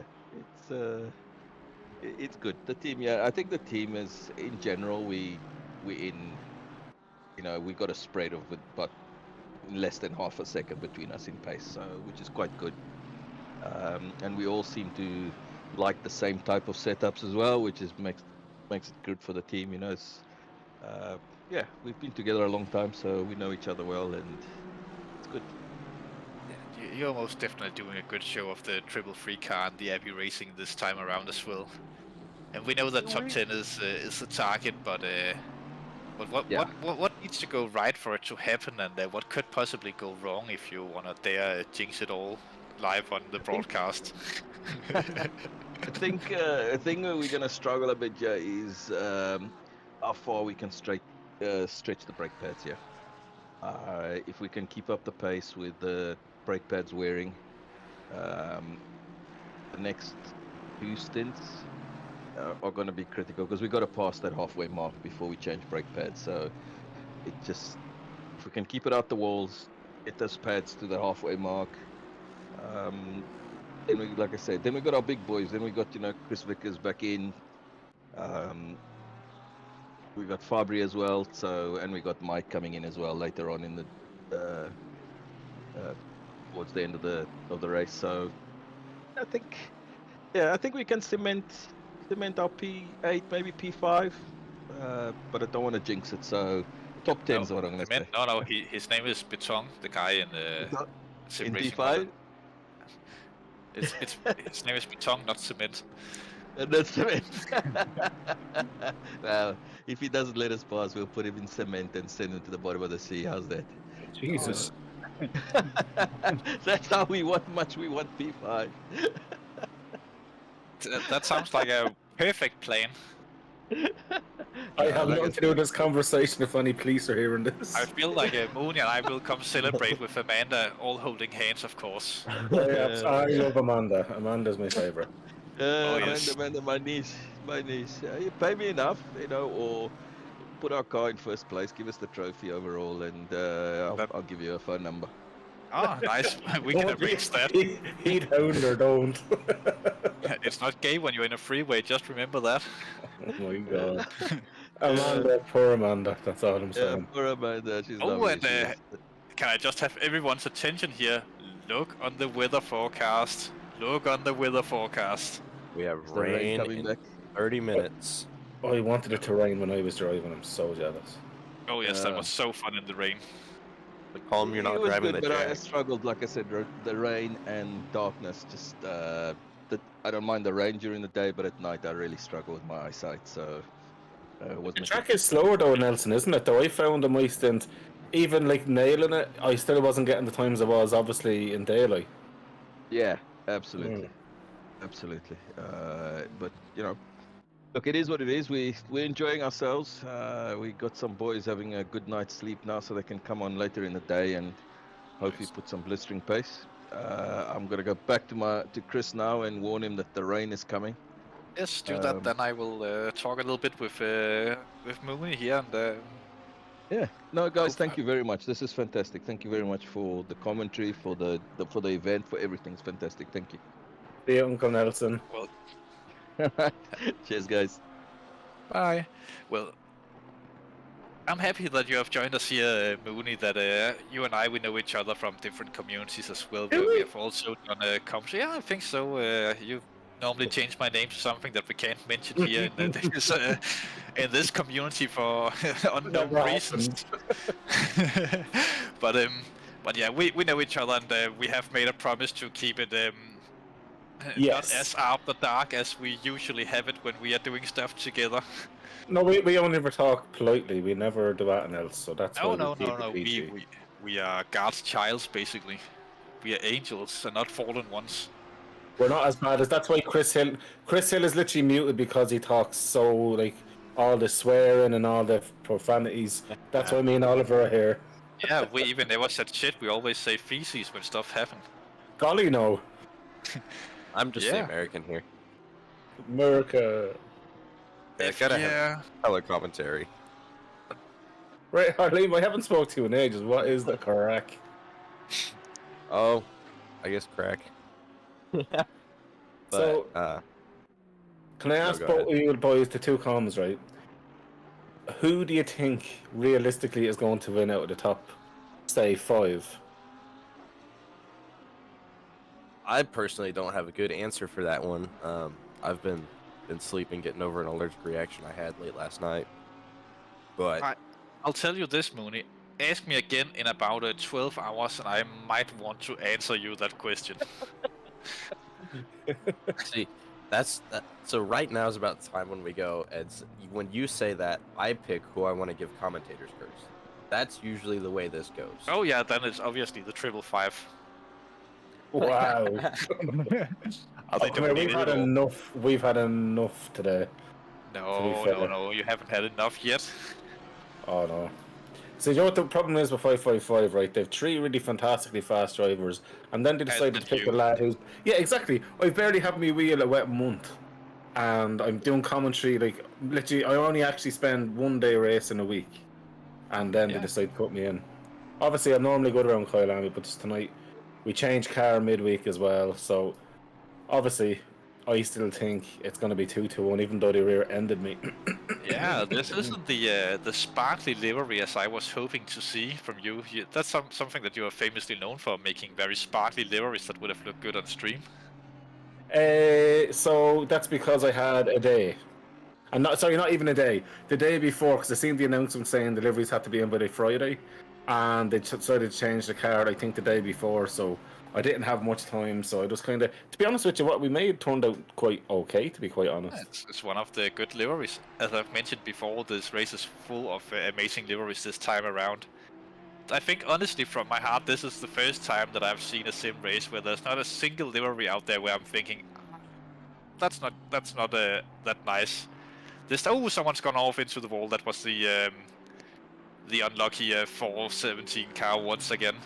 They have started dropping down the order like a fly.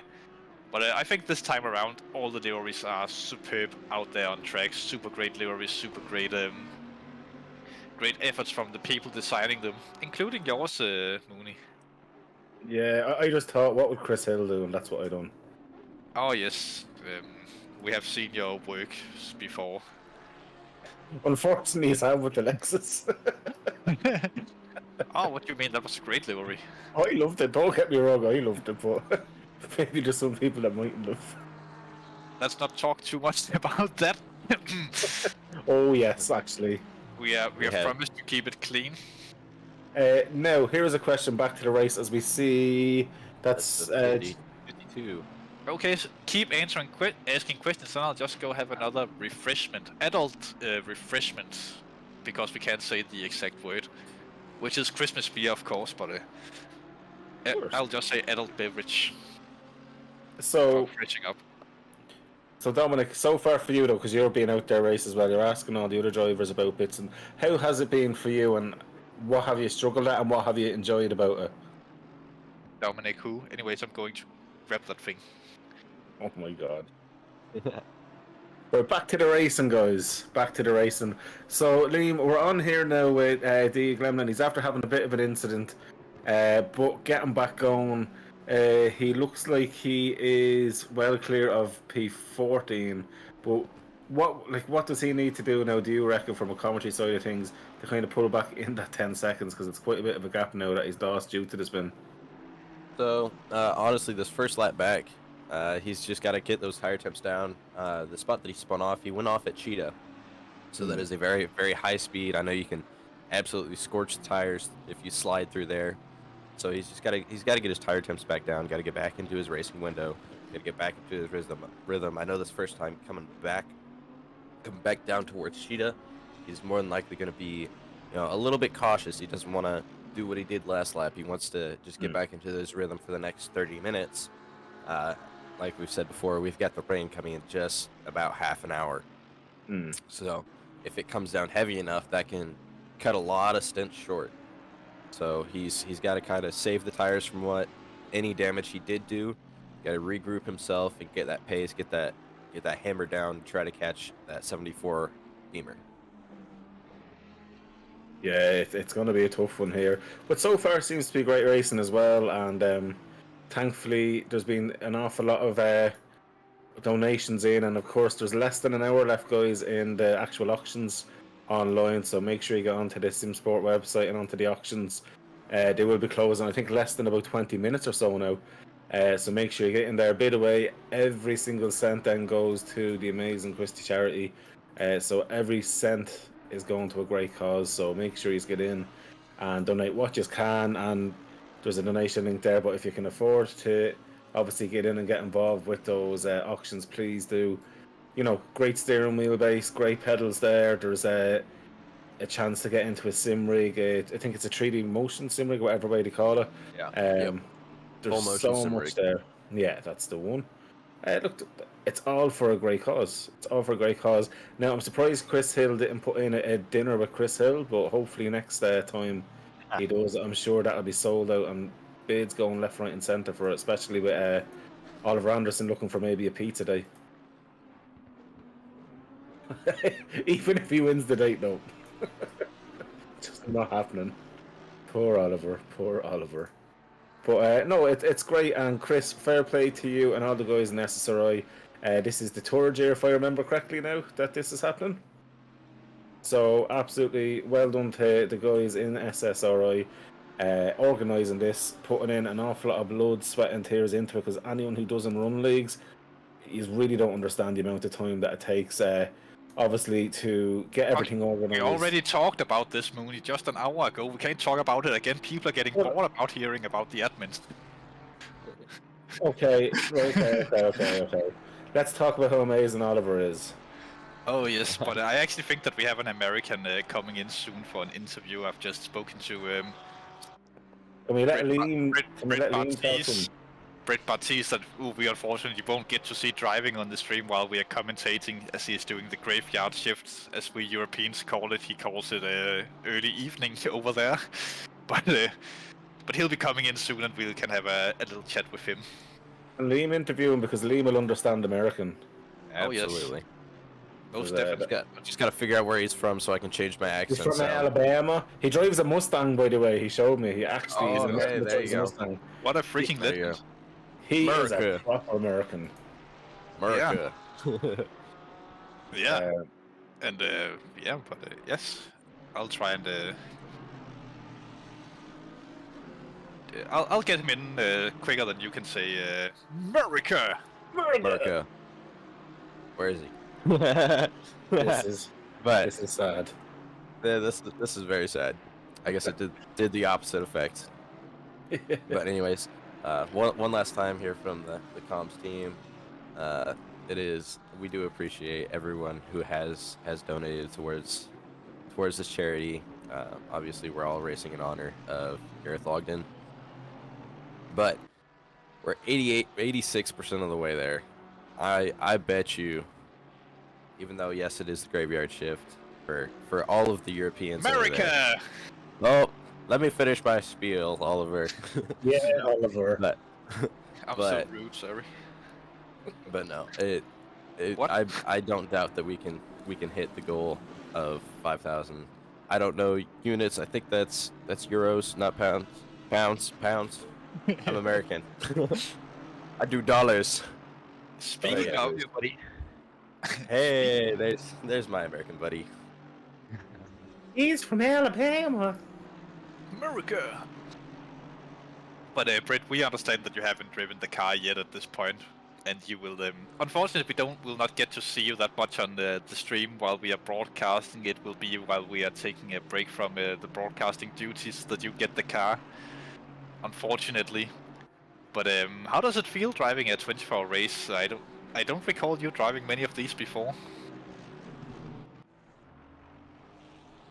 I'm muted. Oh wait, never mind. I'm not. I was speaking and my mic wasn't working. Nah, man. I don't know. I think it might be my first one, my first legit one that actually went all the way.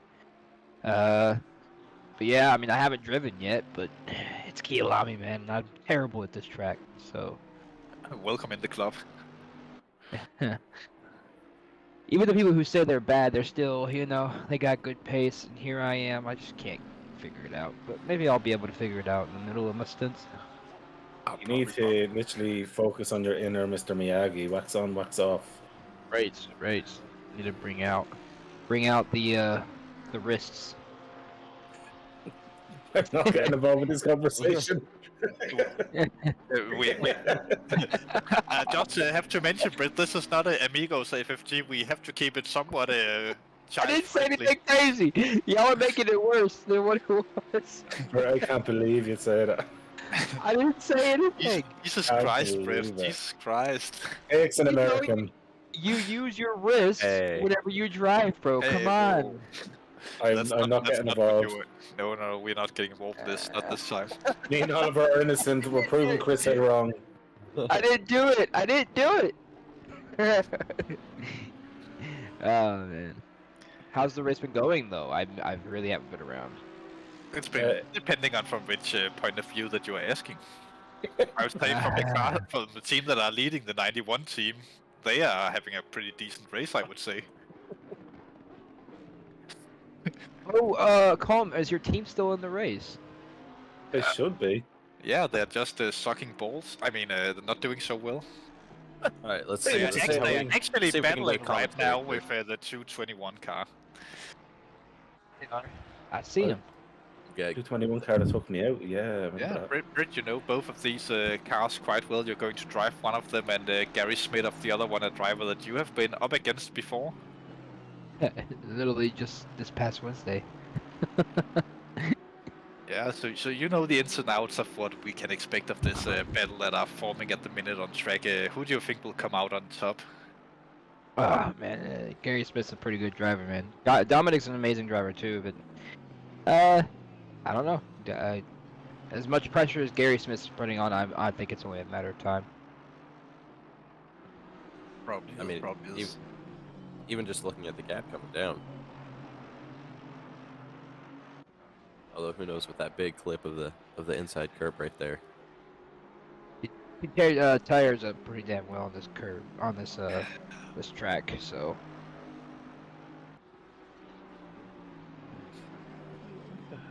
Gary is a class driver.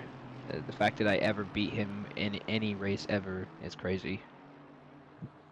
Oh yeah, but we can say the same about many other races that you and I we have done in the past. Where, but the thing is, you didn't beat him because he made mistakes. You actually beat him in a straight up fight. Yeah, Yeah, it was a great race that was. Most impressive, I would say. I've gotten better. I mean, I had to switch out my pedals recently because I was using load cell pedals, and the settings on it was not working, and I can't get it to work the right way I wanted to. So I had to go to, you know, spring-loaded position regular pedals, and I'm able to control the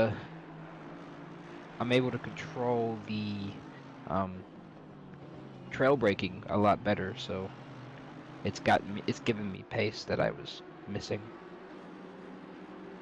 Ah, that is quite a handy thing, as we can see penalties have been handed out for the 934 car further down the field. Oh, lovely. Wow. That's so professional of you. Thank you. I remember I Dave saying that. Dave did say he'd love a burp in his stream. I do remember that. Right. Yeah. It's his I heard that favorite. too.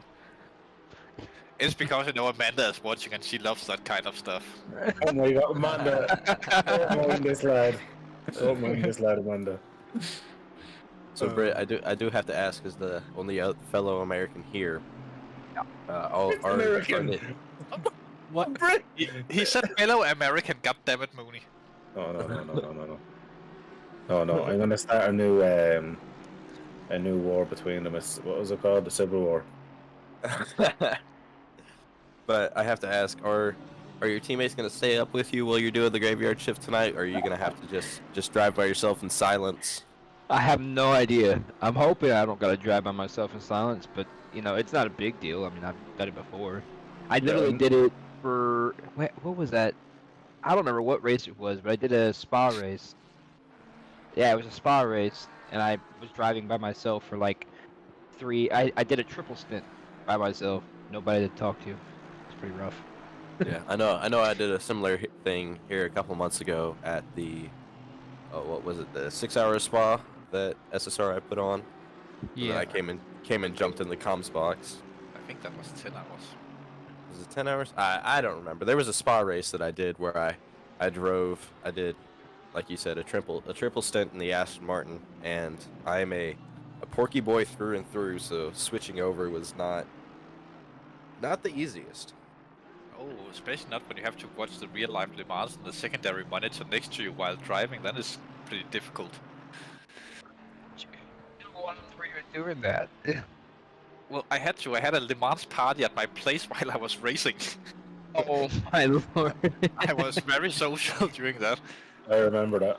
Oh yes, our teammate Stefan, who unfortunately isn't racing with us tonight, as he have a baby coming soon. Obviously, he's not the one giving birth, but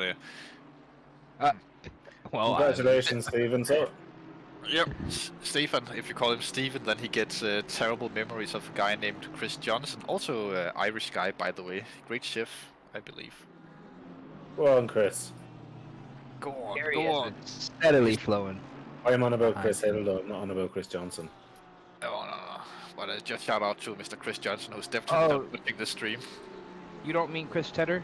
Wow. I was already talking to Chris earlier on. Wait, you don't mean Chris Hill, our favorite That's cat it. operator? That's Chris who Hill it is is, the only Chris. Chris.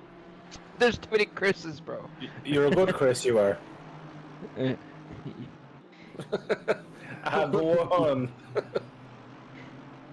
The best Chris, you know. Who's a good Chris? Maybe if we call him a good enough Chris, he'll give us that pizza date that we were talking about earlier. Oh, he's gonna buy his pizza now. He still owes me pizza, goddammit. You so it's all about always Chris pizza. No, that's not how it is. It's Chris owes Stephen and I pizza from 3 years ago. Oliver, are you that broke? Is Are it you really that only broke 3 already? years ago? Yeah, I think it's Yeah. 4 years because that was when I started ACC racing, and that's definitely more than 3 years ago. Jeez. Yeah, because I've done the free 24-hour races every year with this community, and it was before that. How are you that broke? You gotta be broke. Yes, I am that broke. Have you seen my steering wheel? It's all flushed and everything. I need a new one desperately. I was about to say something there.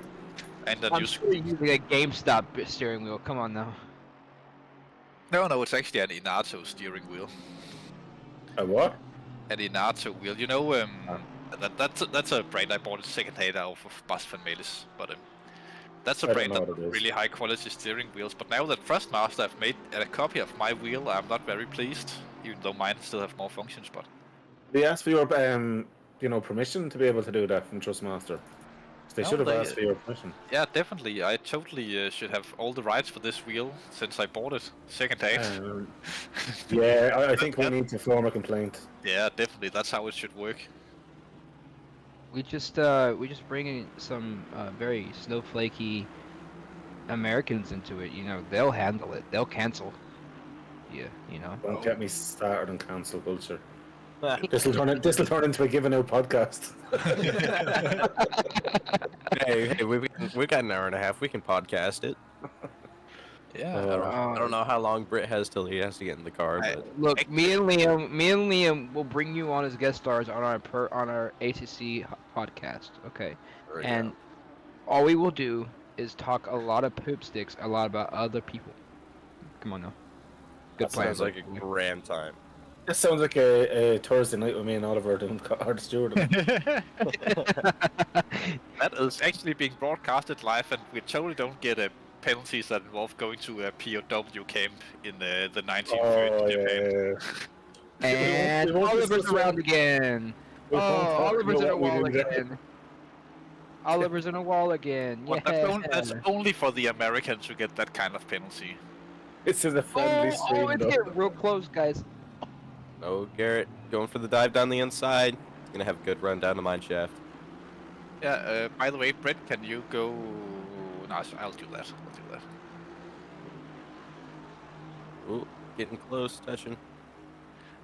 No, they. Dominic. Oh, No. they're so close to each Oh, other. contact. Yeah, Chico just asked me if I could tell Dominic to let Gary go through. No. Really? Yeah, definitely not. This is Racing Chico. I know that you're listening. God damn it.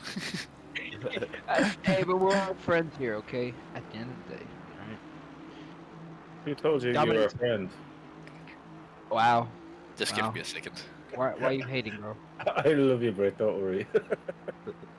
You gotta forget these guys. They aren't American. They're not all buddy. Yeah, man. You know, you're not at that I love you, man stage when you drink. Come on, man. Brett, never change, mate. Never change. I was gonna say he's my favorite American, but then again, there's like Liam. I am quite fond of you as well, so I have to say, Just gave the team order. How many Americans Nope, do you I'm not know? doing that. loads actually, loads. Terribly sorry, Chico, but Dominic is Oh, not. contact! Big contact between the 221 and the 55. Report. And we're sending Oliver off to the stewarding's room. Oh, that's classic Gary See. right there. I can't do any comments on that. What happened? You missed it. How did you miss it? Oh man. I think Chris Hill can give us a replay very shortly of that collision. Was it my teammate and yours? Was it? Yes. Oh, yes. yes. Your teammate Oh, smacked Jesus. Dominic. God Smacked damn it. him. I think Hey, we that need thing's to taking ask me out of it. Amanda here who was at fault, because we all know that she's fans of both the teams, so she can be very impartial about it. Speaking of the teams that she are fans of, she had the third car of her fandom trilogy right behind them. She must have had one of the most moist dreams of all time, looking at those three cars at the same time. Whoever made that livery on that 555 really didn't put much effort into it. No. I think I gotta go and get back into our group. I'll see you later, guys. Yeah, Oh, here we all go. right. Replay what Here's the replay. Here's of the this replay story. of what happened. Oh lord. I think Gary just didn't get on the brakes soon enough. Or he let off. No, he What no. an angle, Chris. What an angle. That's You gotta- exactly what happened to me in 221, and I didn't report that. If you report that, I'm reporting the other one. So It's too late. Well, why didn't y'all report it? That's your own damn fault. Because we're not up. No, I can't say what I was about to say. God damn it. Because we are not going to report against people that we like. All right, That's why we didn't. I am Now gonna you bet got- now you're the gonna make- argument. That's Now you totally make me how feel racing bad. works. That's totally how racing works. Have you not seen Formula One? Would you rather I actually went against like my mates and reportages for an incident? Wait, what happened? I don't know what happened. I got rear-ended by 221. I lost a position and loads of time and got damaged. Was that today? Yeah. That was Dennis Smeater who decided that Mooney was too bad of a driver to exist on track. I won't mind. I was actually setting personal best after personal best, just kind of chilling along, doing my own thing. Next one, boom! Well, okay. It's just like, okay.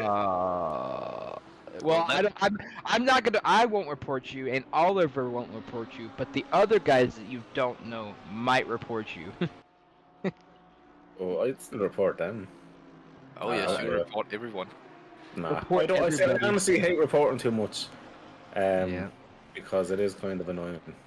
Have we reported a lot? I don't know. No, we haven't, but Mooney have. I Amanda, have I'm disagreeing. It's the 221 at fault. I have to say, I was having war with your steward earlier. Did you just Oh, say yeah. the 221 is at I fault? noticed that.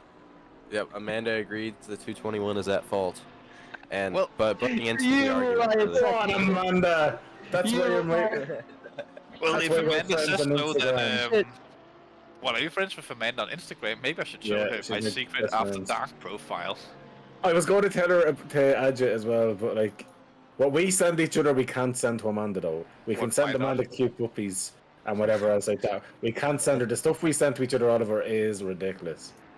No, it's humor. I know you could like you. Well, it would be hilarious, but no, I think that's a bit rough.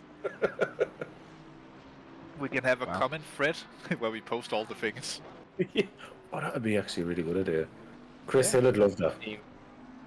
Yeah, I think we should invite Chris to that as well. Chris, how would you like for your life to be ruined by me and Oliver? He says he's ready for it. Yeah. I can't wait. All right, boys. I'm going back to my team. See y'all later. Don't go. Alrighty, enjoy your stint, Britt. Yeah, Chris, I'll were do you my planning on shutting off the stream at midnight CET or BST? Oh, perfect. Then we still got an hour left of wonderful, wonderful streaming. Absolutely, and I do want to mention while y'all were arguing about who was at fault or all that fun stuff, the rain is less than 10 minutes. I believe it's actually closer to 5 minutes now from coming and hitting on the track, and if you look at the 30 minutes, it is going to only get stronger. Yeah, so people might actually take wet tires this time around. I hope that Dominic is staying in the 221 cars. He's super quick in those conditions, myself included, to be honest. For that, maybe I should go take over the car. Just kick the guy out of it and take over. Just be like you're done.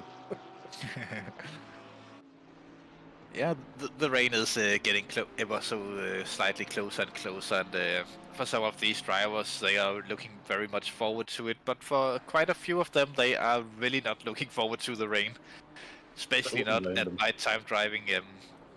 A lot of things can happen as soon as we see the rain drop.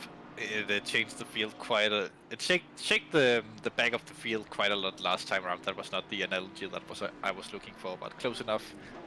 I'm getting somewhat tipsy now, but... And the rain's here. Wipers are on. The rain is here, the American says.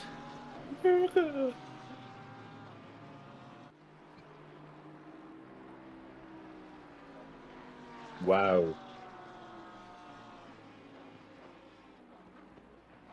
Can people actually hear you, Chris? No, they cannot. So, for those who can't hear Chris, unfortunately, the car we are looking at currently is our entry who is running this race completely on his own. So he's been running 11 hours in this race and has managed to only be 3 laps down, still 16th place. Is he I don't know faster about you before guys, but that's mighty impressive for me. He's in front of your driver, Colin. So what do you have to say about that? Yep, he's slightly in front. I'll be honest with you, fair play to him. He's not been getting in the instance we've been getting in, so keep it up. Like, I done a 4-hour stint of my own and I felt fine. I don't think I'll be feeling fine after 24 hours, so that's very admirable because, you know, doing it for the 24-hour for the charity as well, that goes to show an awful lot of self-sacrifice as well, because it's going to be hard for him to try and have the pee break and everything like that as well. He'll piss his pants. That or he'll take his short pit. Trust Oliver just to come in, he would piss his pants. I'm feeling with it. That's what the pros do. Oh, But yeah, no. I'll be interested to see when people start diving to the pits when the track gets wet enough. I'll for sure be watching pit wall. I can tell you exactly when you can see up in the corner where it says track greasy. When that says track wet or damp, then it's when it says track damp, then the first people will start diving in for wet tires, as that would be the optimum time. You can see the rain is actually here to stay for quite a bit, so I think basically the entirety of the field will jump in. Though it is possible to drive in damp conditions with dry tires, I don't recommend it around this track for too long. But with the only 2 kilometers an hour wind, then it will take some time for the rain to increase. So yeah, we'll see what happens. Absolutely. I love how we had the same choice of word column. We must be sharing our one brain cell. I actually have 2.5. I'm sorry, I don't want to brag or anything like that, but... Oh, I forgot. You're in a relationship with Chris with the brain cell. I forgot about that one. Apologies. I know. You have a brain cell too, don't you? I mean, it's not any different. Just because you're American... Oh, man, geese are the furthest up place driver who dove into the pits for the wets at the minute. In P18, as we see Carl van Horn in the Astro Racing once again out for a spin. Seen that quite a few times for this team this evening, but he's soldiering on as always. Here we get some good pictures of Dominic set there. The track has just been moved to damp as well. As he came in at the perfect time, it seems like, for wet tires. Maybe we actually get to see Britt take over the car now. I think Dominic is taking another stint before Britt gets in the car. I could wouldn't just blame look on the stint planner and tell you guys all the secret juicy inside strats, but Well, I could too. Don't forget I'm in Untitled. oh Not yeah, for long. we need to kick you out. You could never do that. Oh, but you keep betraying us for all the races, then you find another team you would rather go racing with than us. They asked me way before yous. No, they didn't. We already had you on the schedule for the 2212 or 220 car. Well, But I to was be fair, waiting for Moni, that we are day. happy that you became such a vigorous trader and joined another team, because that gave us a reason to bring back Damien de Kaiser to sim racing. Oh, I'm glad. Is that the Dutch guy? One of the Dutch guys, yes. Yeah, I had great crack with them yesterday. I joined into the chat and I introduced myself, basically. They know who I am now. Well, the team is basically a lot of Dutch guys and then Rory Stewart. Well, he drives an MX-5, so he might as well be a little bit though. Oh, the guy who drives the MX-5, that's Rory Stewart. He's just like you and me, Mooney. A complete idiot. I mean, A very very well innocent educated lad, an angel's intellect. child. Yeah, an educated intellect. Like, Yeah, like who Christie totally- always says he wishes he was as much of an intellect as me and you. Yeah, exactly. Always. And now we see the pit stop round really starting to take shape, as a lot of other cars have dove into the pit lane. Tire changes galore. I think wet tires will be the preferred choice of tires at this point of the race, or this point of the rain. Some people might even still risk it for high pressure dries, but I don't think I would when the rain is here for at least half an hour. No. As we now get to follow the 91 car in the lead. It's a team with a few different drivers of various skill levels, to be honest. I'm a bit surprised. Oh, Mooney, you're going to love the name of the guy in P2. But I know I did. I said that earlier on the chat with the lads. I won't say what I was going to say here. But you know. yeah, we know. But yeah, they have a few different level drivers, and it's good to see them up there. I know that Ike Choose is driving for this team as well, a driver who haven't won much ever in his sim racing career, and he will be very pleased if they can pull out this win. Oh, close to a contact there with one of the Mode 11 cars, it looked like. But as they are moving on to do yet another lap, they are truly putting the rest of the field to shame, to bed. Whatever I was about to say, yes, that worked out perfectly at the end. You actually got it right. You actually used the right word to bed. Yeah, that's what I said. As they are just soldiering on their multicolored 91 machinery of, is that EM or FM Racing? I really can't EM Racing. see anything on my screen at the minute. It's way It is too a beautiful blurry. car. The quality of this card is not to my liking. It's perfect for us. Oh, right, that's because, reasons. Do you want to know the reason? Because we're not drunk, Oliver. Neither am I. I'm slightly tipsy. Difference. Whoa, I'm gonna faint. I honestly thought you'd be racing drunk. I'm not gonna lie. Well, that's only on Wednesdays that I'm racing drunk. Wacky Wednesday, as we call it over here in the States.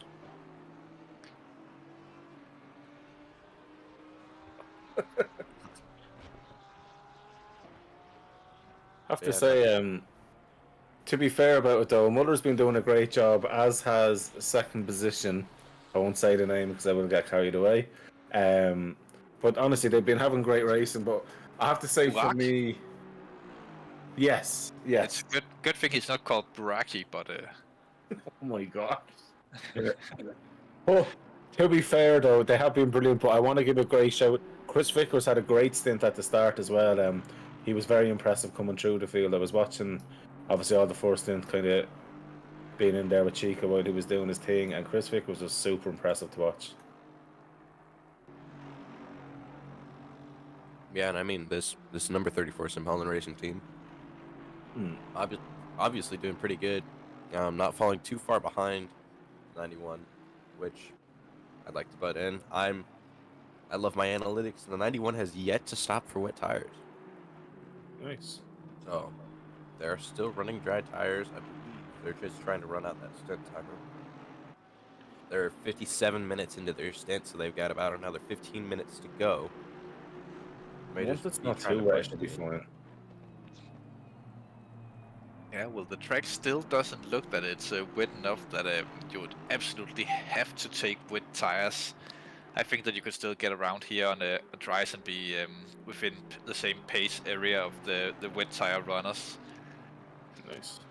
But the better the driver, the longer you can go on the dry tires, obviously, before you feel like it's time for the wets. And I think that Muller is doing a good job of showing that, and we can follow Baraki as he goes right onto the gravel, though he does manage to keep it on track there, or manage not to spin the car there through Cheetah. The mighty Sim Racing Holland cars. He's coming up to the back marker of the 333, or back marker of him, the 333, the Abbey Racing Machinery. As I have not been keeping account on the likes on YouTube, we have reached 30 likes on YouTube, and people out there who've been here for more than 2 hours, you know what time it is now. Is it time I get my top off? No, Mooney, that's not until about 55 minutes as the stream ends and my OnlyFans goes live. But no, no, it is time to show some love and throw in the number of a car that you would like to see starting now. So yeah, anyone watching who have a car that they want to see us do a full onboard lap with no commentary at all, this is the time for you to write it in the YouTube chat, and we will attempt to do that without speaking too much, because then I can also go smoke while that's happening. 5. Not being biased. No, but we know that Amanda is normally pretty quick to the keys, but and we haven't seen the 333 on board yet. A few other drivers are coming into the pits, and I'm just monitoring the YouTube chat, so maybe if you guys can do a little bit of talking, then I'll mention as soon as someone have written a number. Can I ask, can we do one on 1, 2, 3? Even though they're lasting 19 laps down, I think them guys deserve it for still sticking in and doing what they're doing. I think that would be very fair to show the guys who, no matter what, they're sticking and persevering. I absolutely love it. Yeah, absolutely. I'll do you one better. I'll just write 1, 2, 3 in the chat, and I did it just before the 89 came up. So yes, the 1, 2, 3 it is. Go on, 1, 2, 3. One lap with the only McLaren on the grid. Also not the best juice, as we will now shut up for about 2 or 3 laps. Mm-hmm.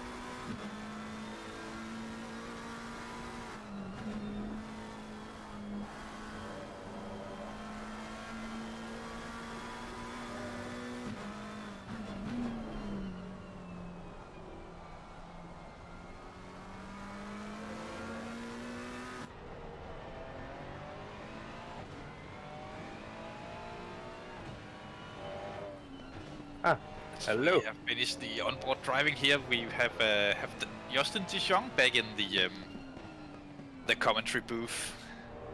Yes. For Sean, you've seen you driving on track and you have handled the car over to a name that I think you should pronounce for us so we don't butcher it live on stream. What do you mean, sorry? What's the name of the driver on your car at the minute? We do not want to butcher that last name because it will sound very, very dirty. Burak. Oh, the last name, the one that we can see, Burak. Bunt. Yes, perfect. You want me to tell that? Yeah, because we have called him something else that we apparently wasn't allowed to say by the great monitors we have. But you have now had some experience driving in the dark as well. How did you find the track conditions out there? I think I was flying. I don't know if you guys saw it or looked at me or whatever. I overtook P2 and then I think I put him in 40 minutes, 30 minutes, then the rain fell. I put him on 30 seconds, 40 seconds behind me, so... So all in all, you would consider yours then the blistering success? Yeah, it was. I think we needed that, closing in to the leader. They are still on dry tires at the moment, so I don't know why, but... So we're closing in right now. Yeah, they have the margin, you know, to be on the dry tires. They are a lap in front of us, so... Yeah, but do you think the track is have been so wet for long enough now that dry tires are impossible to drive on? Not impossible, but they are definitely slower, and with the temperature right now, it will take a long time to clear the track to be better at the dry tires. So it's like raining now for 30 minutes. Yeah, we can see that some of the drivers have already started to seek out some of the wet parts of the track to cool down their wet tires, like Daniel Lund, as we're following here. Do you reckon that's because that they've just overpressured the tires, or is it time to do that at this point? Overpressure the tires? You mean the dry tires or the wets? The wets. I don't think that you would want to cool down the. No. That's, I don't know if they overpressured them. Maybe too low on pressure. Most of the time that will not help. But overpressured, yeah, I don't really know. You know, you can still drive on dry tires, but I think you lose about 2 to 3 seconds now each lap. So actually, y'all are getting the last lap you'll gain 4 seconds on the leader. Yeah, that's what we've been saying, that the leader's on dry tires. Liam, follow up with the Dutch guy. Yeah, he's on the dry tires. So actually, like I said, we just closing in by 4 seconds a lap right now, so that's good. So yeah, and it will definitely be a wet tire strategy for the coming 40 minutes, I believe, because yeah, you have to manage your tires, of course, but I think it will be faster, and after that maybe you can back to the dry tires and then having fun on that tire again. But do you think it's more difficult to drive in the rain at night than driving in the rain at day, or is it basically the same? Definitely more difficult, because when you are following a car, you because of your lights and all that kind of stuff, you're not seeing much, if you know what I mean, and it makes it difficult to look where you're going. But yeah, definitely it's more difficult in nighttime than the daytime. Yeah, I find sort of the same myself. Driving the wets at night is not as nice as in the day, but that's mostly because that when I don't have much to focus on the tractor, I start looking at the window wiper going back and forwards all the time. Yeah. And that takes away my concentration a little bit. But it seems like your car is doing quite well at the minute. We can just see that could have overtaken the 353 can't put a lap down on a P8. Which must be a good feeling at this point, with still 13 hours of racing left, that you have an entire lap down to P8. Yeah, at the first stints we were battling hard with those guys, you know, so yeah, that's totally fine that we are a lap ahead of them now. Yeah, they still have fast drivers to come. We know that it's currently Chris Wall in the car. I'm not saying that he's not a fast driver, but they have different guys as well that will be coming over the night. Yeah. Trying to take over, but having a lap at this point, that's a great margin to have. Yeah, for sure. That's a great margin. I don't know how many seconds P3 is behind us, but I think it's quite a gap as well. So we could actually we're a little bit chilling now, trying to push for the leader, but yeah, that will be hard. The leader has fast drivers. Yeah, but there's still 13 hours left to go, and everything of course still to play for in this race. Of course. We can see you roughly have 1.5 laps to the leaders at this point as they're coming through the Leo Cup corner, and you are heading into the what's the name of that corner? The first one. T1 or sorry, technically T2 is Crowthorne.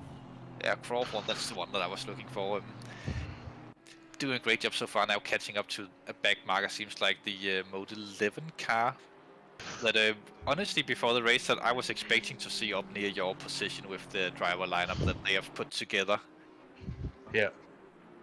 Oh, that's a triple one. I'm sorry. I thought it was a single double one, but I'm just getting told that that's Patrick Travis in the triple one car that you are overtaking. Yeah, that's good. Moto 11 Racing 2. Yeah, that will be the triple one. Yeah. But what's your strategy for the night? Who's going to do the graveyard shifts in your car? In the first half, me and Burak will drive the stints, and in the second half, Sean Beton and a little bit of Burak, I believe, will drive. And in the morning, I will be back and for the day stints. So I will be around like 3 o'clock, something like that. So you'll have a long night ahead of you, it seems like. Yes, I am. What are your strategy of staying away for the nighttime stints? What? Sorry, I didn't understand that. Strategy. For to stay awake, is it just a bunch of coffee or? Yeah, I got some Red Bull and some kind of stuff, and a little bit of eating helps also a lot. So yeah, it will be no problem to stay awake. No, I surely wish you the best during the night, as you are one of my favorite drivers that we have here in the community. A little bit of the best of both worlds, very fast, but also sometimes unpredictable, as we have seen in the sprint races at least. But endurance seems to be some of your strength. It looks like always super consistent when we see you on endurance tracks. Did you not say you'd beat him in a race, though? What? Did you not say to us that you'd beat him in a race? No, I don't think that I beat Justin. Yeah, the thing with the sprint races is I thought that the Porsche would be a fun car to drive, but yeah, actually I don't enjoy it anymore. And the Porsche and I are not a lovely combo. You know, it's. I'm not getting back together with the Porsche again. I feel like that's the experience most people have after having driven the Porsche. Oh man, it's such, it's difficult to drive. That's one thing. That's not the biggest problem, but it's difficult to drive. But it's also on most tracks it's just too slow, and that's Yeah, the car looks good on paper, but once you put that paper into reality, you can just throw the paper away, and it's not that good anymore. No, on stints your tires are melting down like it's nothing. And you can brake at the same point all the time, and at one point it just will try to kill you. And that's if you push it a little bit too hard, it will try to kill you. So yeah, it's difficult, and yeah, that's a little bit more also the reason why the sprint series are not my best series at the moment. So hopefully next season will be better. I surely think that next season will be better for you, knowing the pace that you normally put up. Yeah. And, in a slightly competitive car, I think that you will be up there battling for at least top 5 positions in the sprint races, mixing it in with some of the really heavy names of the community. Yeah, I feel bad for Clayton Barney this race because he had a really horrible crash. Yeah, and they had a disconnect as well in the team. It's Clive Barney, Dave Jr., and the simulator himself, Sim Spinkling, in that wonderful 74 machinery. But they are having quite a nice comeback so far. Yeah, they have, but I feel bad for them because I know they are fast guys. Clay Barney is also a really fast driver, so yeah, it would have been fun to have them in front and battling with them. But yeah, that's sometimes it is what it is. Bad luck. Yeah, but sometimes it's not just luck when you have the issues of crashing, as I know that Bas van Melis have experienced as well in the sprint series, at least, that sometimes it turns into a habit when you're driving too safe, that then sometimes people behind you who are driving slightly more aggressive will accidentally bump you because you're taking too much of a caution when they are not. Which is maybe why for a lot of people the endurance races work better for them, because everyone is super cautious when driving here normally. But I think Car 74 have definitely the pace to be back in the top 10. They will fight their way back up to the top 10 for sure. Oh yeah, I've put my money on the same thing if they stay out of further disconnects and too many more drive-throughs and stuff. Yeah. Okay, so I will go back to my team, and I will maybe see you later tonight, or otherwise I will see you tomorrow. Yeah, I hope we'll get to talk to you soon again, Justin, and I wish you the best of luck through the night, and that you can stay awake, of course. You're a young guy, so that shouldn't be a problem. Thank you very much. Yeah, if I'm not driving, you can always send me a message for an interview or something like that, no problem. Oh, most definitely I will. We always love to have the guys coming in, telling us a little bit about how the race is going. Yeah, you're doing a great job out there. Thank you very much, and see you guys later. Thank you too. Bye. Bye-bye. Yes, that was Justin de Jong of Sim Racing Holland that we just had a small talk with, and yeah, while we've been doing that, the races have progressed ever so slightly. Still raining, but the weather conditions seems to be getting better. In about half an hour's time on the weather radar, at least that will be roughly the time when we go off the streaming duties for the evening. As we are currently following one of the lesser viewed guys of the race. It's Kurt Peters of Apex Lovers Motorsports in the 901 Ferrari, currently in P28, as they are about 12 seconds behind Norman of the mighty Bentley. Absolutely, and during, just right at the end of that interview, the 91 did pit, so like I said earlier, they were just trying to run out their stint timer. They ended up an hour and 13 minutes 55 seconds on that last stint. So yeah, that was the reason they had the margin to be able to run on those dry tires and just run their stint timer. But so now they have a good look on the tires, whether or not they have gone on to wet. So if they have opted to keep on dry, it's a little bit difficult to see here in the dark, obviously. But if we can get a good look on them, we can tell if it's wet or dries. So they look like dries. Seeing the headlights from the Audi, you can see the slight streaks down the center of the tire, showing the wet tire. You can normally, there's a yellow ring on the side of the tires. I just can't remember if that's for wet or dries. I would believe they put it on dries with how much longer the rain's going to last. But yeah, they went nearly 20 minutes longer than every other team on the dry tires. So just extending that stint timer, running it all the way out. Yeah, and this might come in handy for them later in the race with stint planning and stuff. Instead of having to offset stuff from your strategy, they are just sticking to what they had planned before the race, and they are obviously in a position where they can do that and don't have to react to anything that's happening on track. As we jump up to Timo Sidik of Team Hot Air Balloon, who have now got closely into battle range of the 1111 Mode 11 machinery. And seems like the 1111 there of Patrick Treffers went a little bit right, and Timo Sidik makes the move into Cheetah. Very, very dangerous place to make the move, and as the 1111 of Patrick Treffers had to back off a little bit there not to go side by side into the corner, and the Hot Air Balloon team have now gone into the top 10 of this race. Not a place that the Hot Air Balloon team finds themselves often at, but when they do, they normally stick to it. A lot of very consistent drivers who are known for not making many mistakes in the races, or any mistakes at all in the races, which is why they have managed to climb up into 10th at this point of this race. Not the fastest drivers on track, usually, but super consistent, which obviously pays off here in endurance racing. Absolutely. And I'd like to make the comparison. The hot air balloon is rising. Ever since I hopped in the comms booth, they've done nothing but progress further into the field and climb and climb and climb. Yeah, that's what they do. And if it was a red car, then we could do some more fun stuff with the name. But unfortunately, they chose more black and blue livery. Unfortunately, yes, but still, great job with that team. Yeah, I saw the gap just popping up. They've got about 25 seconds. They've got to run down to catch that 511 car. Yeah, of course, just up ahead. They are doing a superb work against Simsport, one of their ace drivers in that team.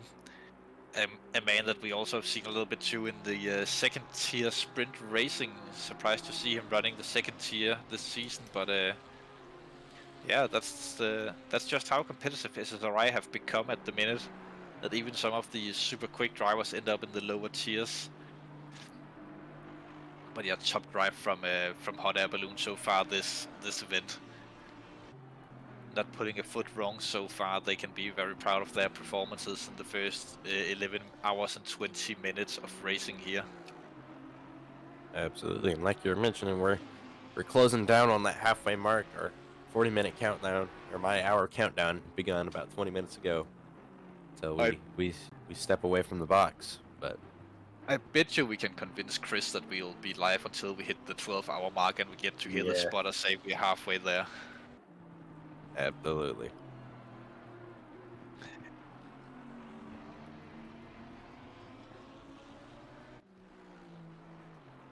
Oh, yes, Chris have offered us a deal that we have decided to accept. So Chris is just about to set up the charity video that we love to show here on stream, that gives us commentators a chance to breathe and have a moment to ourselves. Chris is getting ready to show it to you all guys. Those of you who have been here for several hours have maybe seen it previously, but you can never see it enough. Exactly, you can never see it enough, and remember to be generous and support our wonderful charity. As I'm just reading through YouTube chat to see if anything exciting happened. Timo keeps on worrying me. I keep on seeing the rear end of that car step out just a little bit, but it's mostly just wet. And you saw him glide over to where there's a lot of water. Chris, can I put a statement out here? He goes for a spin. Oh, Timo Sedek makes the first mistake from the hot air balloon in the race. He goes off and back onto track again. So I think he lost at least 2 positions there to both Patrick Travers and Dennis Grubbs. Lund can't be far behind them at this point. As Lund is I believe that's Lund back there in the background. That we can see with the headlights. How unfortunate for him now. He'll have to do all the dirty work once more to overtake these 2 guys. Unfortunate, but once again, that happens in the wet. You know, tires could be getting hot with it raining less and less. The dry line's been slightly formed that you can see on the track. But so lads, how about this? And Chris, I'm sure you'll either say or no to it. Actually, there's a very interesting person in the waiting shed, so we might just have to wait with that that video just a little bit, Chris, as we are joined in the commentary booth by one of the community legends, Clyde Barney. Welcome to the shed. Hello. How is we know that the race haven't been going too well for you guys with both a crash and a disconnect, as I recall, but how do you feel about your chances so far? Yeah, right. I mean, it was my VR issues that caused us to drop back, unfortunately, in the first place. I mean, a very strange thing happened, because, to explain it to you, in real life, the room became pitch black dark.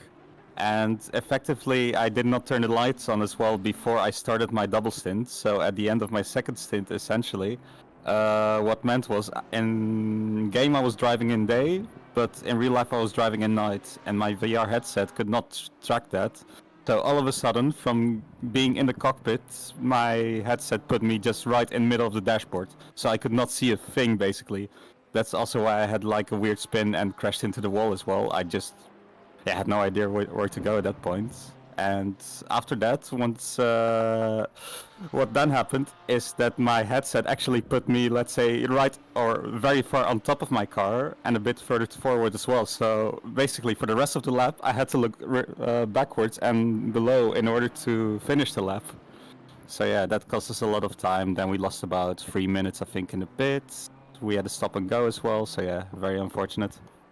Yeah, but that's one of the things that makes endurance racing so magical, that hardware issues happen just as they do in real life, and that's not something that you can account for before the races. You just gotta deal with the problems and then get back on the horse, basically. Yeah, 100%. I mean, I think we were at some point, what, P28, P27, and we're already up to P14. So no, the comeback is definitely going good, and it's making it very entertaining as well. And yeah, I think, there's definitely a lot to play for sure. I think we can definitely come back to a very good position. If we manage to make it on the podium, it's going to be like very great. And I think it's going to be borderline if we make it or not, though. Depends on if we have any issues, knock on wood. I think the podium is a very tough ask for you, but what would you consider like a success for you guys at this point? Obviously the podium, we can hear something that you are striving for, but at this point, realistically, what would be the success target, saying that you have had an awesome race considering the issues that you have had? I think we really have good pace, and also other teams might run. If we don't have any issues, because that's always in endurance a very big caveat. I think top 5 is realistic.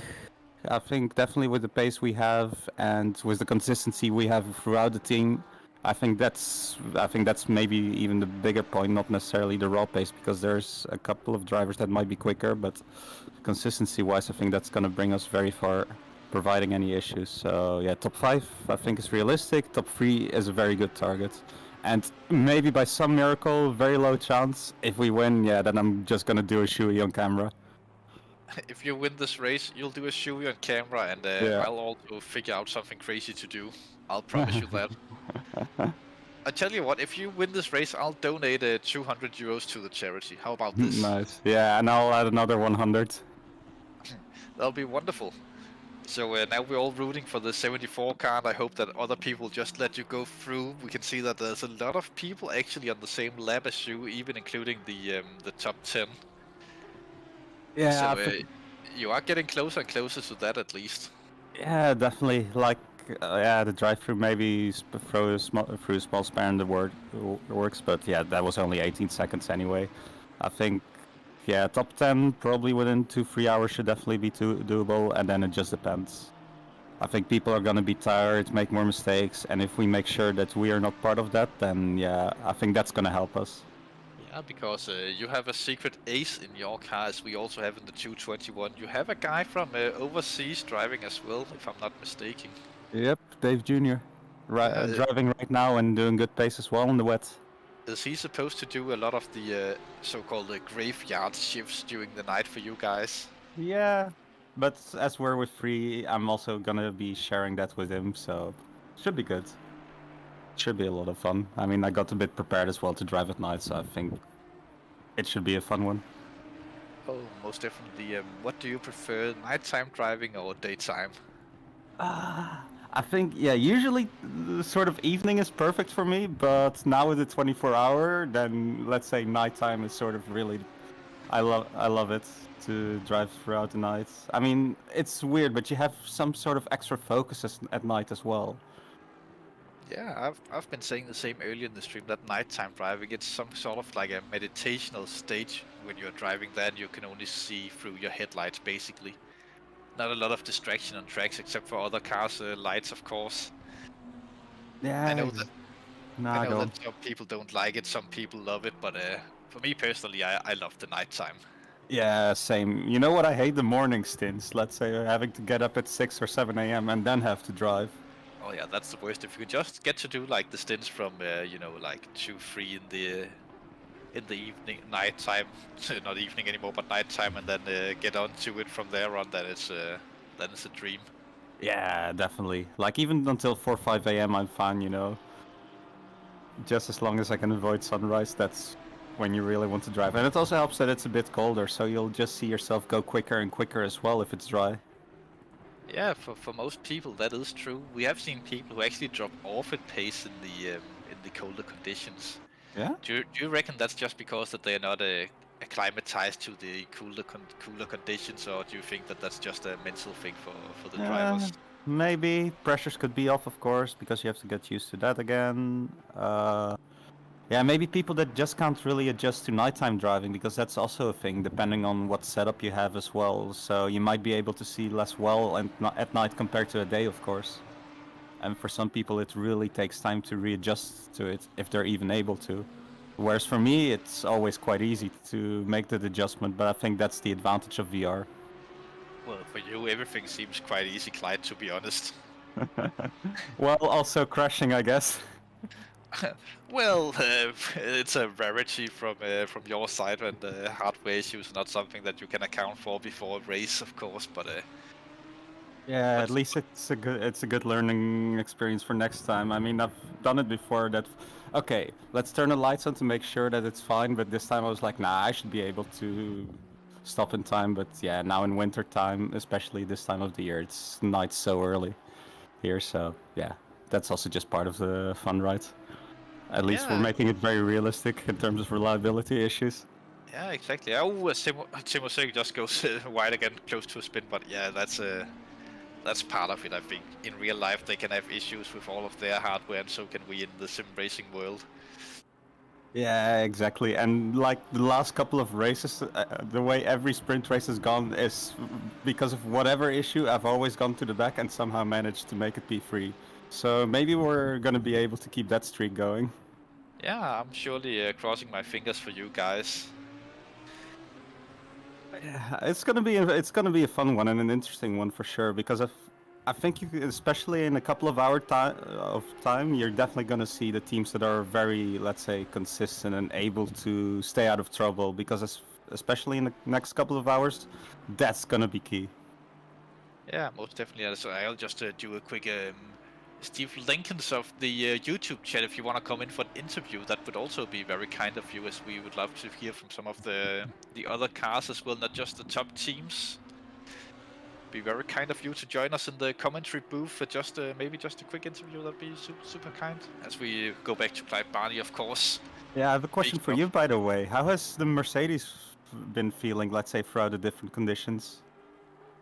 Well, the Mercedes is always super reliable to drive. It's been feeling super well around this track. I haven't had a single thing to complain about, except our setup is not very kind with the curb at Cheetah. Ah, right. But besides that, I feel like we have a good car. When we had the second spell of rain during the race, I was in the car, obviously staying out on dries.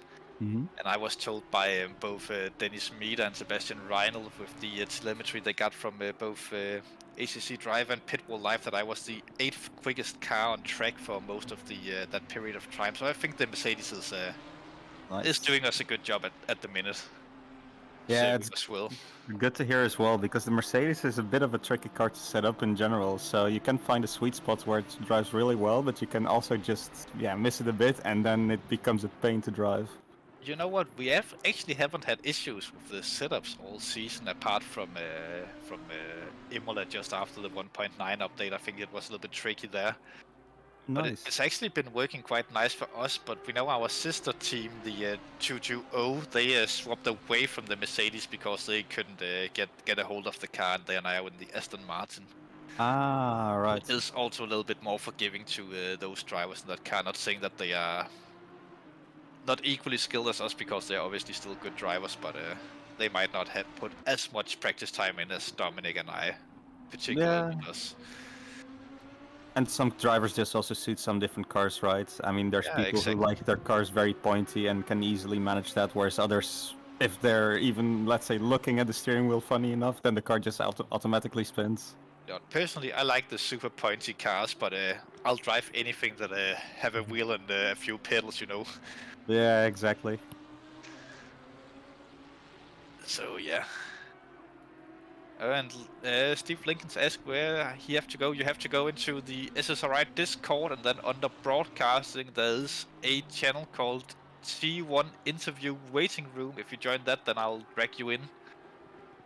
As Lincolns have joined, so we'll probably have to say goodbye to Clyde Barney, as we'll have to welcome one of the drivers of the lower placed teams. Welcome, Steven Lincolns. Hello, hello. Ooh, you're a little bit low. I'll just have to turn up the my headset. Yeah. Swimmer mic. Yeah, how are you doing so far this race? Yeah, we're quite successful what we're doing now. We had some issues with some spins, but yeah, we're quite good with now. Yeah, because we see a lot of drivers on track doing different strategies at the minute. How are you finding this these changeable conditions here that we have seen so far this race? Yeah, for the moment it's tricky with the car because the pressures of the tires are a little bit high now. So we're hoping we can drive till the pit. Normally at I think 20-25 minutes I have to take over. So it's going to dry also up to them. So it's quite tricky now. We don't know yet what to choose, going with wets or going with dries. I think that when it's your time, then the dries will probably be the option. But we can see that you are actually not that far behind off of 27th position. The car driven by Damien De Kaiser at the minute. Do you reckon that you have more pace in the car and you can catch up to some of the guys ahead of you throughout the next 12 and a half hours of the race? Yeah, probably well, yeah. We're gonna do our best. You know what, that is definitely all that we are asking for. Yeah? Yeah, you know. We're aiming for the spot 25, 26. That's our... Probably we're gonna aim to that, if it's possible. That's, yeah, it's also a long race, eh? Yeah, exactly. It is always possible. I once was in many times not once, but not that long ago. Last year I was in the same situation basically in all the races as you are right now. With that, you just gotta set that target, you know, and keep doing the consistent laps, and you will get there at the end of the races if you can just stay out of trouble. As the race leader does the slight contact there with Daniel Lund. But I definitely think that you can do this. Just keep it consistent, and the other drivers ahead of you will have issues, and you take advantage of that. Yeah, that's endurance. It's a long race. Everything can happen in a race. Yeah, exactly. Have you done the 24-hour races before? No, it's my first time now. Oh, it's your first time doing the 24-hour races? Yes. Are you looking forward to the night then?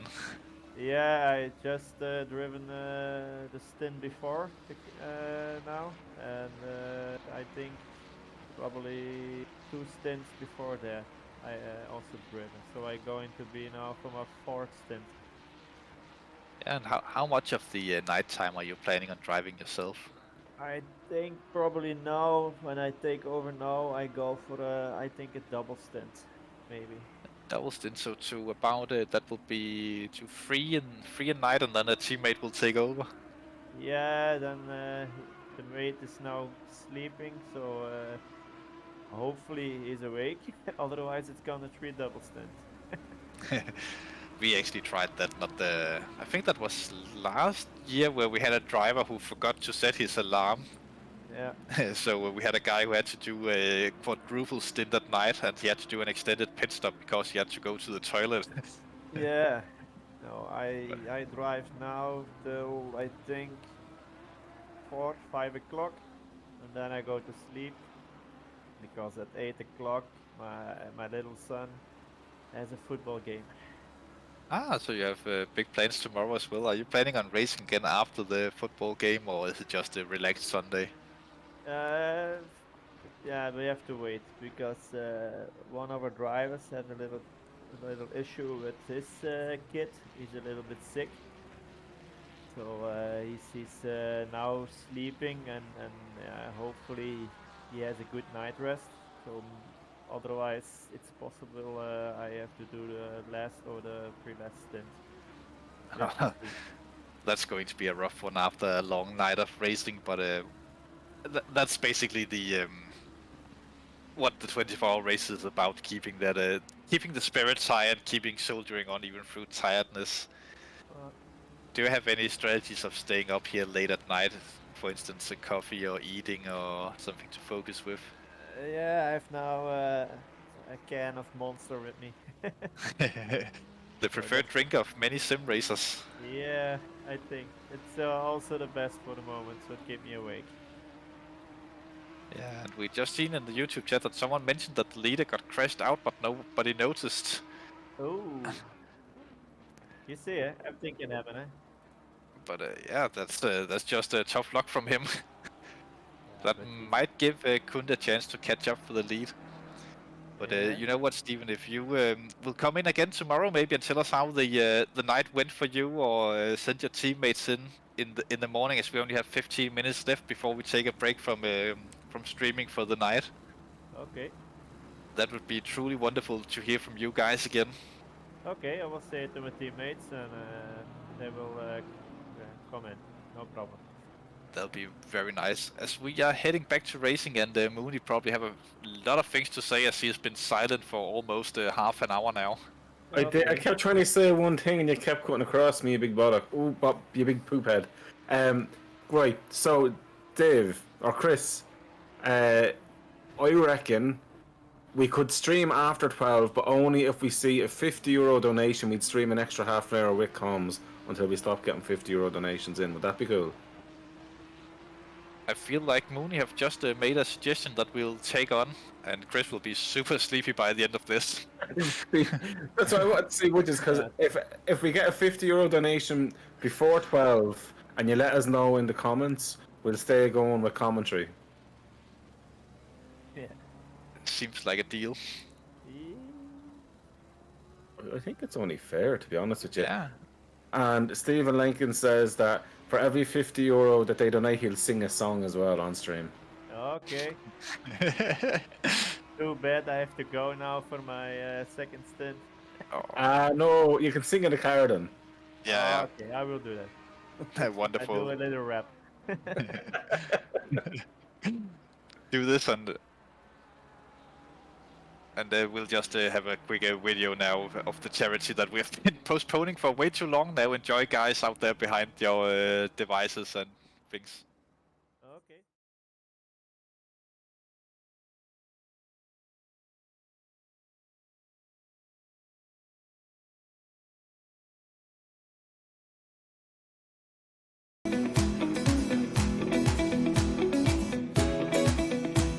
Being back here after so many months, it's a long time since we've been together, isn't it? It is. Hello, my name's Joyce. I'm Nabila. I'm missing our coffee mornings. Who would have thought? But you'd miss going out for cancer treatment. I'm Amy. I was here last year with my daughter Amelie, who's a patient at the Proton Beam Centre. I'm Ileana.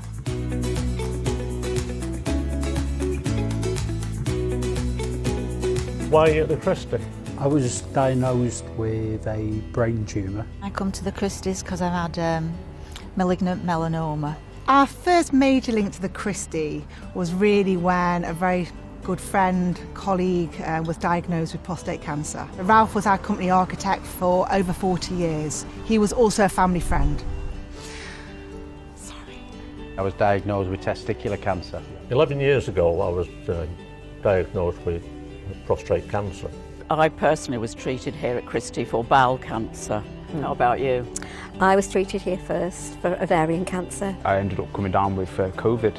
Ran a few blood tests and found out I had acute myeloid leukemia. Were you surprised that Amelie could carry on with the treatment during COVID? I was surprised at how normal it felt inside. Christie's, as far as I'm concerned, definitely didn't just slow down. Going, no. Yeah, you still got everything. Yeah, your scans, your treatments, the lot. I actually had video consultation with my consultant. There's been meetings that I've been able to attend on Zoom, where actually if I'd had to go to a face-to-face meeting, I wouldn't have gone because I didn't really feel 100%.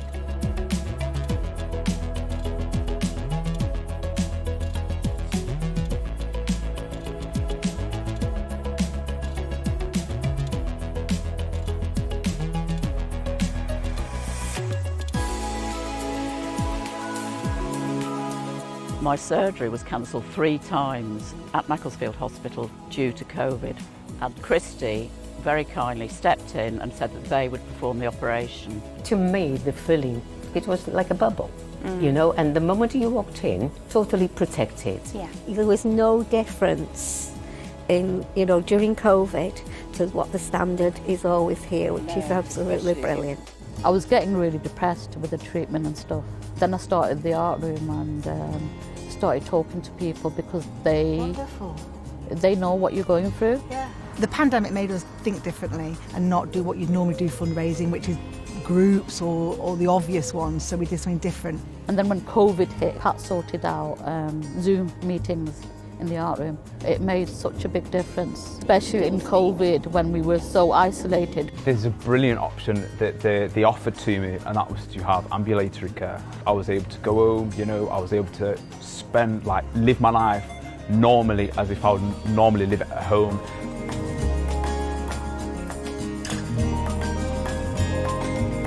I'm just glad I'm not paying the taxi fare. My God.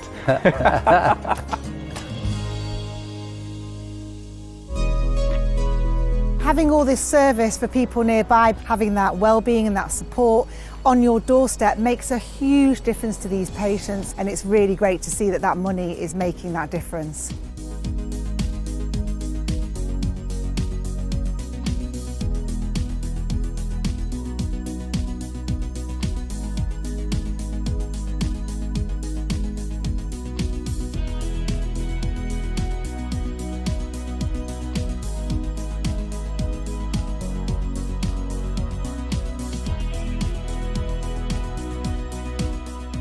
By the time you fight your way through the traffic to get to the Christie's, I would go down there, it takes me an hour for 5 minutes because they're always very quick.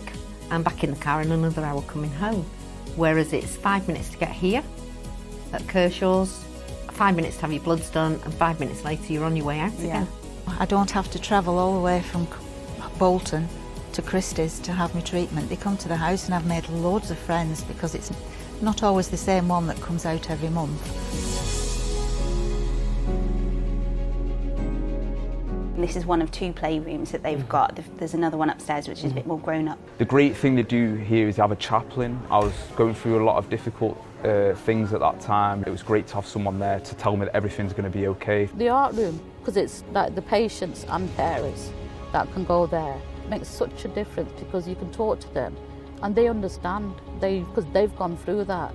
It's given me a quality of life that I never thought, you know, I would have again. When I came out of hospital, the research nurses phoned me up to see how I was. And I thought, you know, they care. I mean, they didn't have to do that.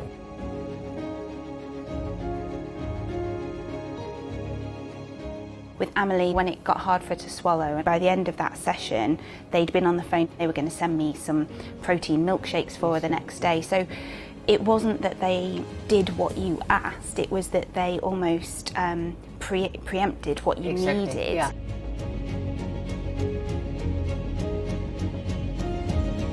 The consultant I saw, he recommended that I come to the Christie and go on the drug trial, taking an hormone tablet, and I've been taking that now for 11 years. You know, when I was first diagnosed, I thought, I'm not going to see these children grow up, and of course now one's nearly 20 and one's 18 next month, and you know, they've given me all this time, and I'll always be grateful for that.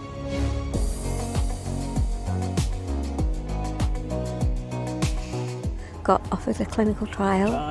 You know, I had no hesitation. First, it did involve taking 16 tablets a day. Yes. And now I only take 4 tablets a day. Any side effects from all this, all the tablets? Fortunately, not. It's absolutely amazing what they have done for me. For me, it was a miracle. Without the trial, I wouldn't be here today talking to you because the trial led me to the transplant and then the transplant now. Have you seen the building over there? Yes, I have. What exactly is that?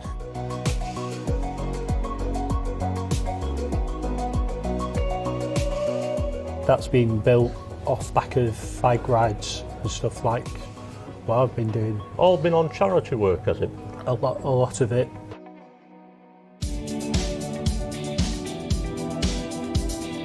How important is the charity to you?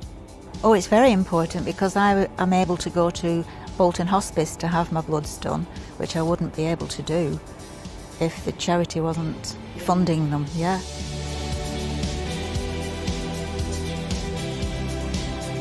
We came up with Around the World for Ralph, where we had to cover 25,000 miles, and that was from obviously people doing exercise, from walking. We decided that we'd do the Manchester bike ride, but we decided we'd call ourselves Ball Tampering Allowed, which given my sort of history with testicular cancer. We raised over 13,000 for the Christie charity. I've raised over £4,500 this year. With the Christie's help, we're actually setting up our own foundation. So Ball Tampering Allowed is actually becoming a registered charity. Well, I really like the name.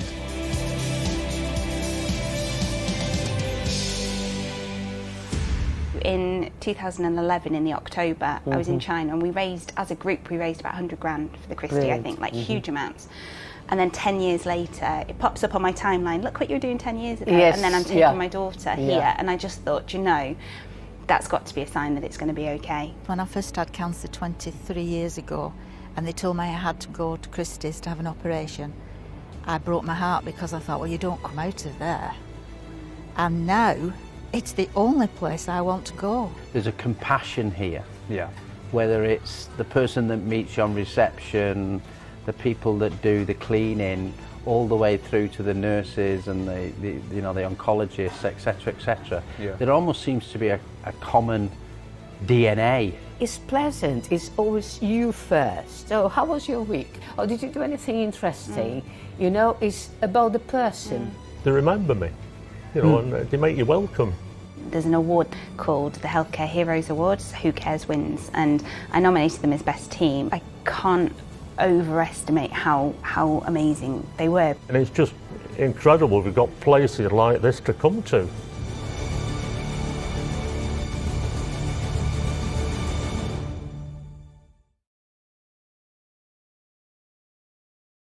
Lovely to see you. You we too. You can wash the pots.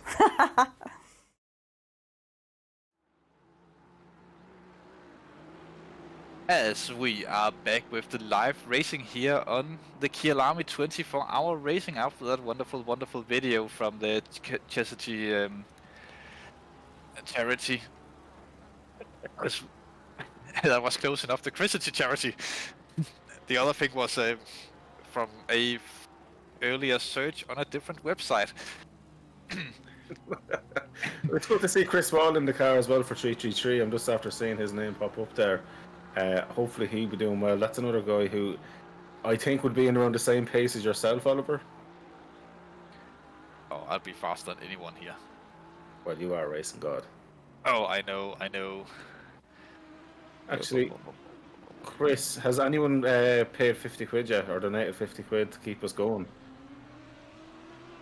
Come on, guys, let's say €50 donation, or even if a few viewers want to go a tenner each and we get 3 tenners in the next, or 5 tenners in the next, we'll give them 15 minutes, to be fair. Anything. It's just because we love Chris Hill and we want him to stay awake as long as humanly possible. It's nothing to do with torturing Chris at all. No, we don't do that kind of stuff here, but we sort of still want to do it. And he's just pushing buttons in the background. He's not having the hard job here. It's Mooney and I who does all the talking. Exhausted we are, exhausted. Oh yes, could someone please bring us some beer? I mean, adult beverages. It's after midnight now in Central Europe. We can say beers if we want to. I wouldn't mind a beer now, to be honest. No, we have to keep it kids friendly, so we can't obviously Soda say. pop. Oh yes, it's yeah, that's exactly what they are. I don't know. I heard Chris Hill saying he would love to be doing the broadcast until at least 8 o'clock in the morning and not get any sleep. So please get some donations in, guys. If we can get 5 tenors in the next 15 minutes, Chris Hill is mad to do an extra bit of broadcasting. Everyone out there, you know you love it. I can see Helen Jennings have said yes, Chris Wall, but that's definitely not that Chris that we're talking about. But I assume that's one of the Abbey Racing supporters out there watching that. As apparently there are way too many of the Abbey Racing supporters. Jesus, they must have a cult following or something. It's a big family. Yeah, apparently yes. I think we should get a big family as well, Mooney. Maybe we could bring some of our secondary children in to throw some extra love out for us when we are driving. I would love that. I would love that. I think we should get Chris Hill in as our baby boy. Oh yes. We'll adopt him as our own. Yeah, he'll be my second-born child, of course, as you are my firstborn. My stepson. Let me have a look here. I'm just looking in the chat, guys. Is anybody willing? If he's even donate a tenner at this stage, anything extra into donations will stay going. I'll cut you off if you donate a tenner. Then we'll do half an hour of broadcasting extra. Yeah, it's I think it's great value for money, basically, guys. This is something that everyone can afford and everyone wants to do. I mean, sweeten the pot. If you pay the tenner in the comments of it, if you write down the number of the car who you're following, we'll do 10 minutes with them. So you get 10 minutes of seeing your favourite team, as well then as an extra 20 minutes on top of other commentary and getting to hear Oliver Anderson. Yes, and I will talk in this sexy voice for you. Hey, baby, most of the time until I get super tired of it, obviously. And Mooney will do exactly the same. I will talk like this. Yes, that's how we are going to do it if we can get some just a little bit of love for the charity here in the late hours of the night. Absolutely, and for every tenor as well, Oliver Anderson will sing a verse of whatever song you want as well. I'm just thinking of anything to get people to donate at this stage. Though you would have to send a YouTube link and probably some lyrics. Although I think me and you really need to do what we were talking about the other day, though. But we discuss it with everyone here. Should we make a video where I have all the crashes of Batek and then you sing the song in the background? I think we should make that video. It should definitely happen. Yeah, we need to get together a weekend and do that. Definitely not this weekend, but some weekend we should do it. Oh yeah, definitely not this weekend. Well, we could do it as well and have the highlights of the 24-hour as well. No. And you could do like a real inspirational song for that, though. No, no, I don't do inspirational songs. That's not my kind of thing. I do meme songs. Should be interesting. We could do a meme song with Dominic East. Oh yes, it will be about how he torpedoes people. That's Tedder. Oh yeah, that's Tedder. Do you mind, Chris, if we can jump on with someone down near the back as well after this bit of a battle, though, obviously? Just to give it... This battle is never going to end, Mooney. This battle has been going on since 1962. Yes. These machines have been upgraded many times since. Slightly. They took over from Sterling Moss. Basically. Let me see. Everybody that is in the YouTube chat, please, one of you, try and donate €10. We'll stay going for an extra half an hour. Just name the number of your car and your donation, and we'll go 10 minutes solidly on with them as well. Give them a bit of airtime, and obviously help a great cause, the Christie charity as well. It's an amazing thing, and yeah, and the auctions are now over. Actually, did we get actually? Oh, there we go. Look at that, €4,345 on the pound. Sorry, at the minute, 86.9%. We need to get that up to 5,000, guys. Absolutely brilliant. We see Reese, an anonymous tip there. Patrick Prince, 13.35. Mo, €100. That's unbelievable. Or pound, or that's euro. Sorry, they're £50 from Revolution Sim Red. There's some great stuff. And I tell you what, if Chris Hill's able to do it, whoever gets a good tip in to keep us going can definitely get their name put up on the screen as well. That would be quite cool. Use the QR code there as well, guys. Make sure, scan that, get your donation in. And yeah, look, at the end of the day, you're supporting a great cause and you're getting to keep Chris Hill up and stop him sleeping. So there's two great causes there. Yeah. Also, we do need to discuss the Rugby World Cup. No, we do not need to discuss that. We're in South Africa. It fits. No, it doesn't. It does. They were brilliant. No, the only brilliant team of that tournament was Romania. We all know this. Yes. Romania were amazing. Absolutely amazing. My lads. They knew how to play rugby. I have to say, Portugal, they were really impressive because they're all actually, none of them were professional. They're all like they all work and are semi-pro. They done a great show, to be fair. Yeah. To be fair, I like ice rugby much better. Who? Ice rugby. Ice rugby. Yeah, you know the thing with the toilet cake and stuff you make around with sticks. Nobody knows what we're talking about, but I love it. Chris, you definitely need to join in our memes that we send each other on Instagram. You love it. You definitely do. Also, in about 40 seconds time, we'll have to be very quiet to hear the magical announcement from the virtual crew chief that we, for some reason, can't turn off in these races. Where he will tell us that we are halfway there. Keep pushing. Living on a prayer. I just realized that people couldn't hear Chris. It's just like you just randomly busted the scene. Are you ready, guys? Let's have a moment of silence until we hear the magical Hell yes.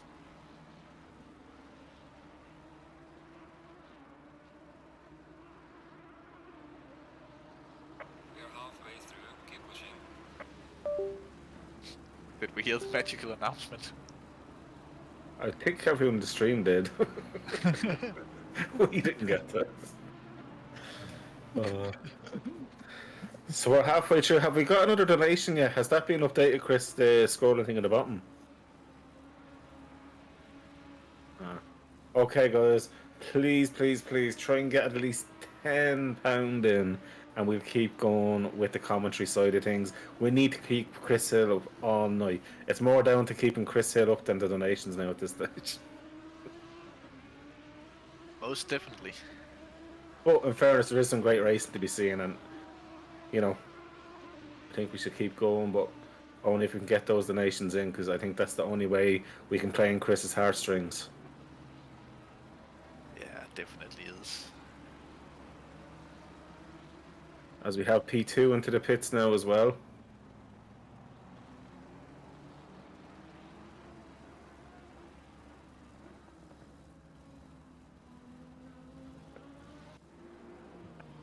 As we see that battle finished, we're on now Van Cleef, yeah.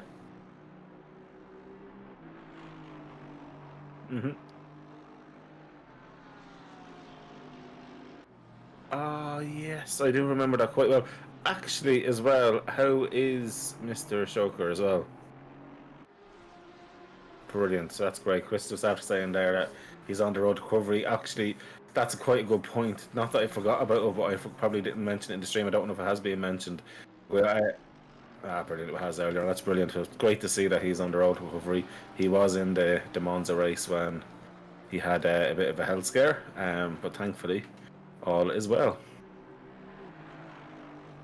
So he races on this team here as well, because you probably wouldn't hear Chris, obviously. So he races on this team, so it's great to see the team still going nice and strong there, and I'm sure a little talk with their teammate. Stop Go 30 for the culture ahead as well, and in the pits. Stop Go 30 is the worst kind of penalty in this game. No, because at least then the stress can be done. You have to live with it when you're driving after doing an SG30.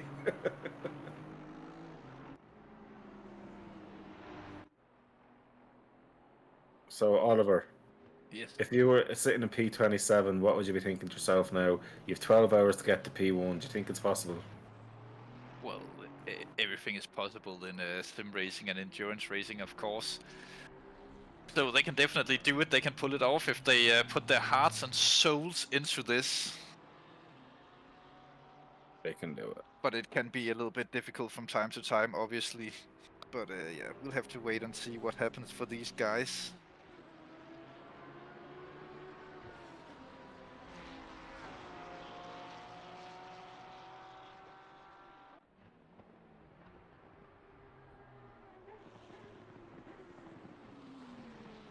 So I'm actually replying back to Amanda. She messaged me, which I didn't get to see it earlier. Oh, and I think we have a donation coming in on the broadcast. But just Yes! I have literally no idea, Chris.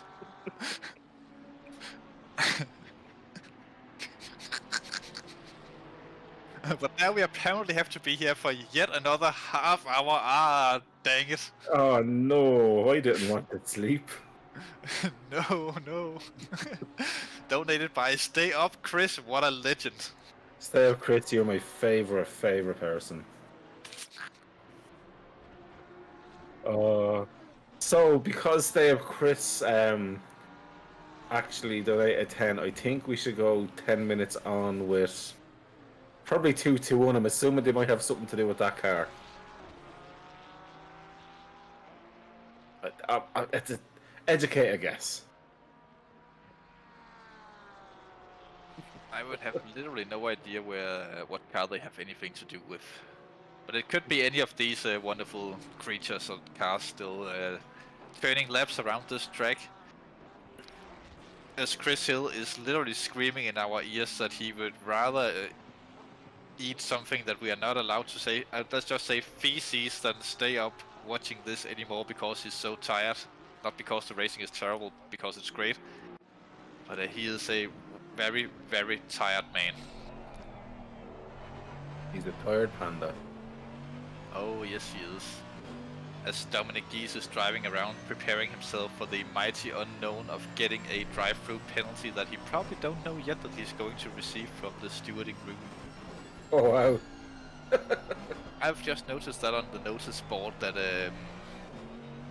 he is not going to be happy in a very short amount of time.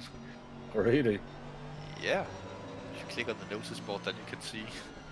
Ah. Yes. It would be funny if he got it right now and he couldn't take his pit stop. Oh my god, that would be horrible. Don't do that to him. Don't do that to him. No. That's just mean.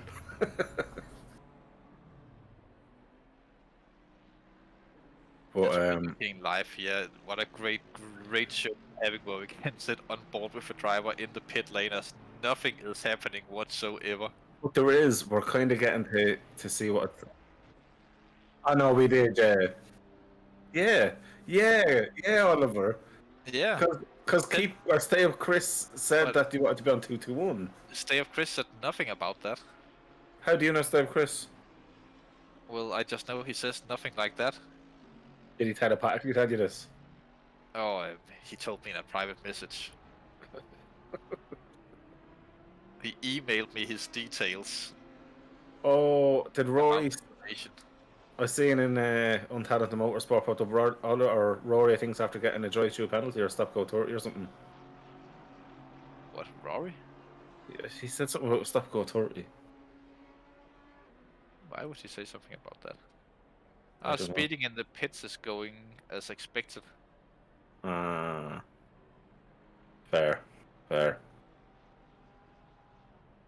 I didn't realise, was it you, Oliver, that hit the pit so fast you got a DSQ? Not in this race. But no, in the previous race, like. And not in endurance racing. But it does happen. In FFG, I have done so at when we did the Kota race. But I think that I want to turn that off because I think that's so mean. Someone getting DSQ'd for speed and just give them an SG30 and be done with it. Yeah, but to be fair, I was going 101 kilometers per hour in the pit lane. That's slow. Remember back in the days of Prost and Senna, they'd be going at about 100 miles an hour. Yeah. But that was the mad times of motor racing. It was great times of motor racing. Brett Bartiz have got in the car. We actually got to see Brett Bartiz racing because of this unknown donation from Stay Up Chris. If we get another €10 donation, he'll have to stay up for another half hour. He's sitting yelling that he don't have to do that, but if we get another €10 donation, Chris Hill will have to stay up for another half hour doing the camera work for you guys out there. I know that there's not a lot of people watching at this time of day, but please make sure that Chris have to stay up as long as humanly possible. We all know that he loves it.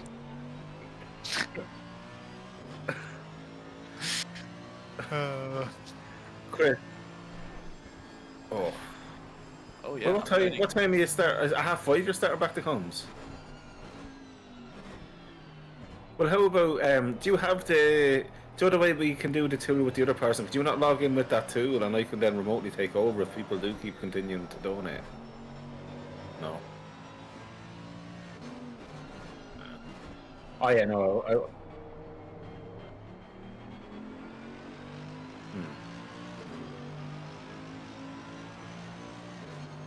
Yeah, no, I get that.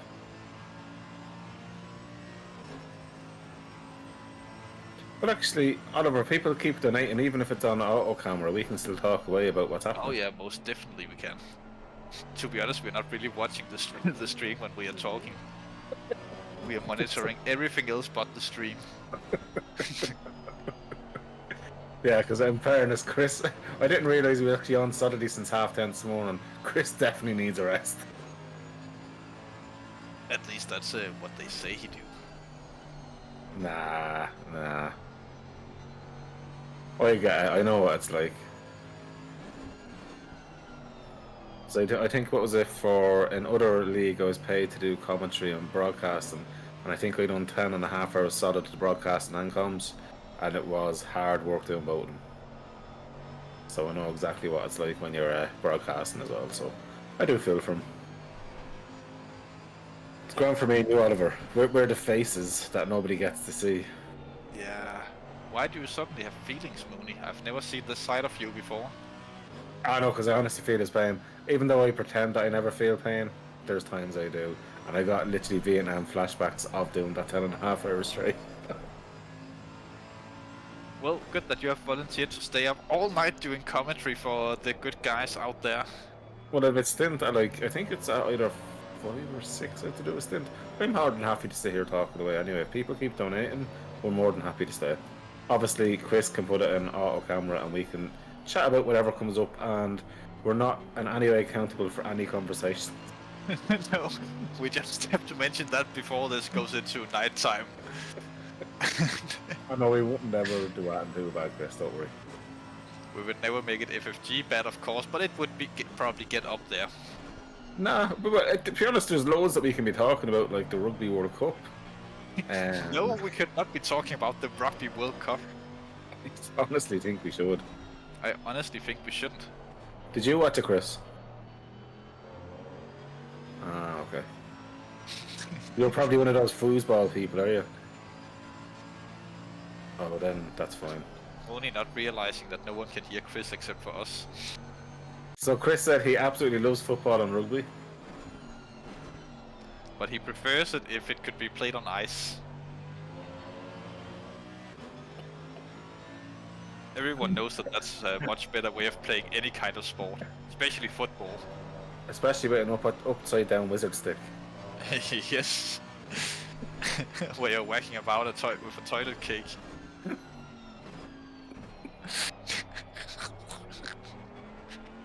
Oh, Chris, you need to see the video. It's a really silly video that some lad done.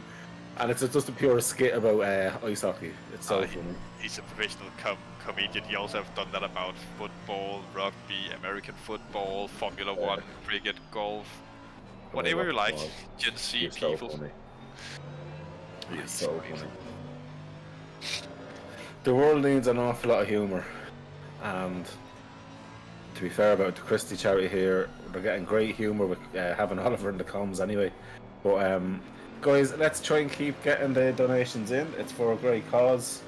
Let me see there. Trying to start saying Helen, make sure to bully him into. Lewis will know who him. Okay. People chatting away to each other in there. That's nice to see. Spanklink up in P11, 10 seconds off Mackenberg. There's not many close battles at the minute. It's kind of at this phase now where everyone's kind of just settling in for the night round. But Britt Batiste is doing a good job. Yeah, he just got in the car. He's fresh and ready for the night. It's his first stint in the car, and one of the main reasons that we're still up are actually to see him driving. It's a great experience so far watching this American legend of sorts from Alabama driving around here in the South African states. And I asked, is someone turning right for him? Because Americans don't know how to turn right normally. No, I've heard that he came straight over from NASCAR racing where yeah, the cars literally cannot turn right. Only left-hand turns have he ever done before, so in a corner like this, he's almost a pro at, but when he gets into the crocodiles, he seems so confused in the face when he does that. You've never had such an experience before behind the wheel of a racing car. As we can see here, this is a new experience for him, what he's doing now. You can see how careful he's trying to do it, because he's not sure what will actually happen. I'm getting butterflies. It's like actually looking at Ayrton Senna race, and he's that good. Yeah. He's doing such a good job turning that car to the right. Left we know he can do, but turning the car to the right is almost a wonder. Nearly, I tell you what, Max Verstappen is nearly as good as Britt Batiste. Yeah. But one of the more interesting facts about Kyalami are that it's an anti-clockwise track. Not that it matters too much to us sim racers, but in real life this have a huge impact on the drivers. Whether or not that the track is clockwise or anti-clockwise. Maybe not as much in the GT3 cars as the more high downforce cars, but they're used to the clockwise tracks, and therefore their bodies and necks are used to doing the G-forces that way around. So when you turn it around, then it gets really hard for the drivers to do that sort of stuff. Yeah, but if your name is Britt Batiste, that's nothing. No, then you are literally a driving god. Unbelievable. It brings a tear to my eye. Yeah, just watching this lad go around and round and round and round and round. But I have to say though, he did say his hero is Ricky Bobby. Is completely right in the YouTube chat. Britt is the best driver in the world. Period. Everyone knows this. It's almost a fact. Oh man.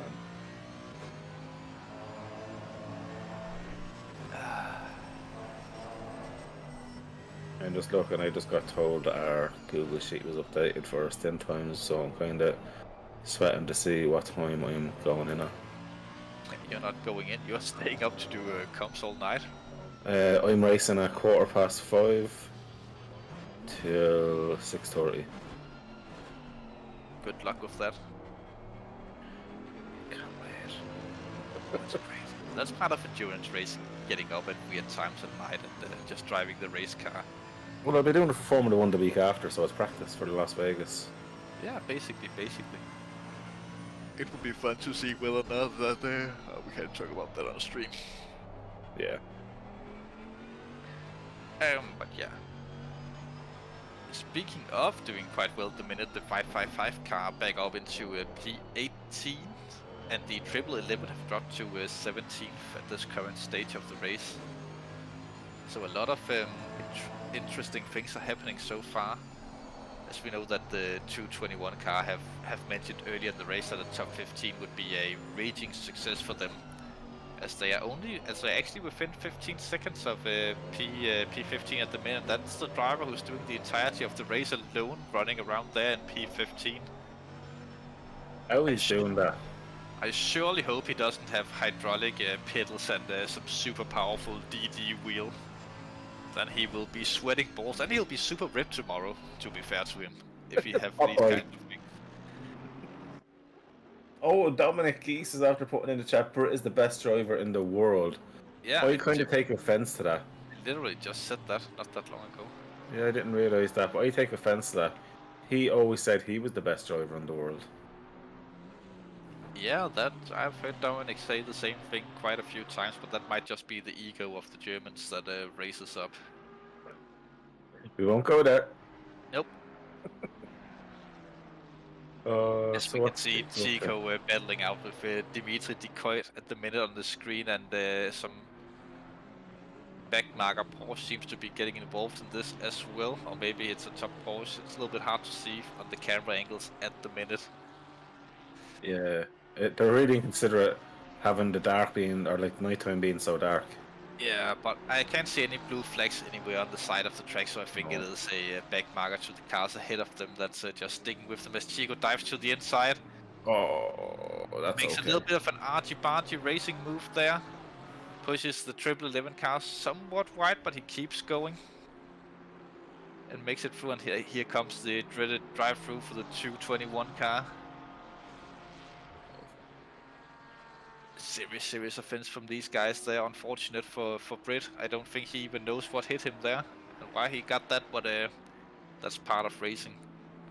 I hope he's not doing his usual Brit rage. What was that for? He is definitely doing his usual Brit rage. Raging hard. Chico, who's right behind him position-wise on track at the minute.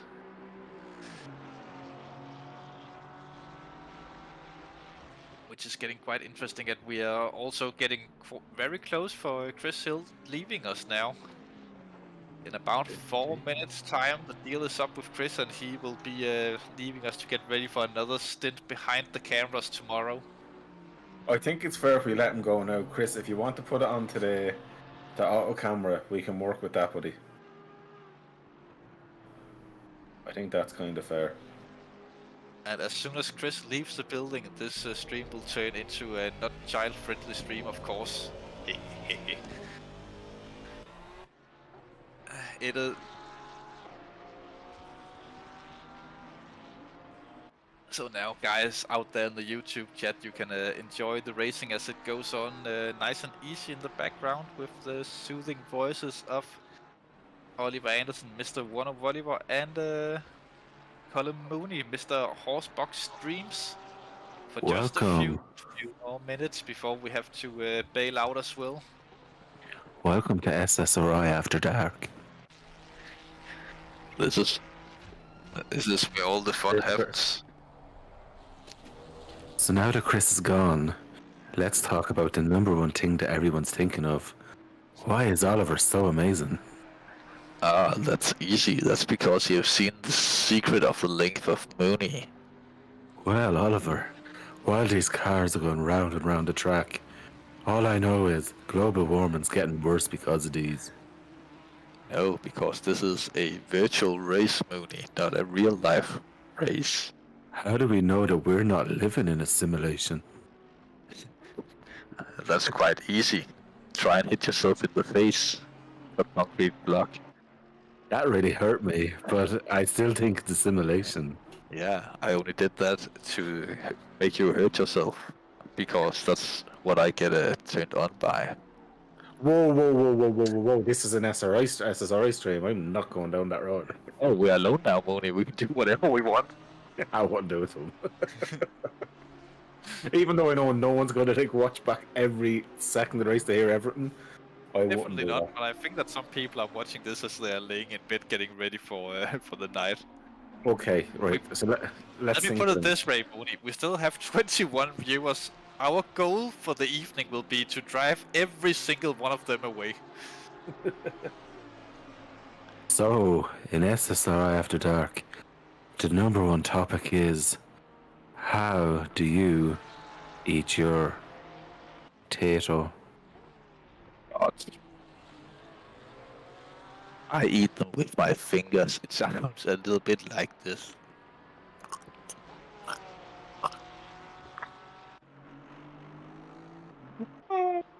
That's gas. Sorry, I did not hear what they sounded like. Could you please remind me? Yes, of course, Mooney. A little bit like this.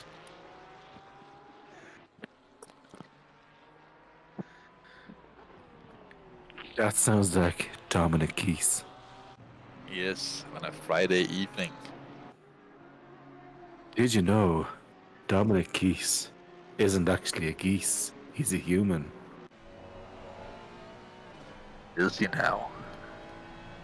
He That does seems- human things. That seems not true. Tim Mirio is holding his eyes out in the YouTube chat. I have never seen Dominic Geese eat a single object of food. Except for toilet paper. I wonder, is Dominic Keys a simulation? He is. So, Chico is going to be totally mad now in a minute. I'm going to tell everybody a secret about Chico. Secret about Chico? I'm going to tell you a secret. No one can hear us, okay? Yes, of course, except for this 21 people watching the stream. Only 20 now. They can keep the secret, because I'm whispering no one can hear, so it's fine. Yes, of course. Chico likes to dress up as a lady on a Wednesday. But why on Wednesdays? He says, sure, why not? Oh, that makes perfectly no sense. But it makes all the sense in the world. Which world? Wayne's World. Ah, the real world. Party time.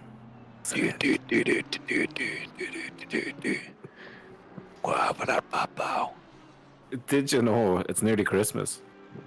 Yeah, I have already had several Christmas beers to commemorate this special time of year. So, can I ask you something? And it's a genuine question. This is so genuine, I swear. Yes. Oliver. Tony. How do you drink your coffee? I drink it straight from a anal cleaning device. That's not coffee, that's shit.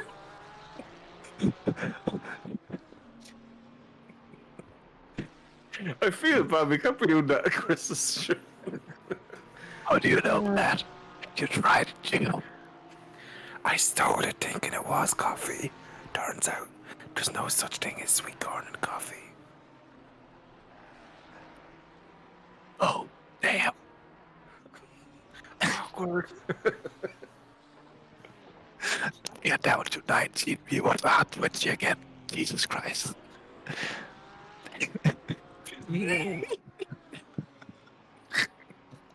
Look, I don't know what to say, so I'm trying to keep it in a certain limit. I hope Chris is not watching this. Right, alright. Jesus Christ. Let's do the commentary in that really low voice, so. In car number 169. Nice.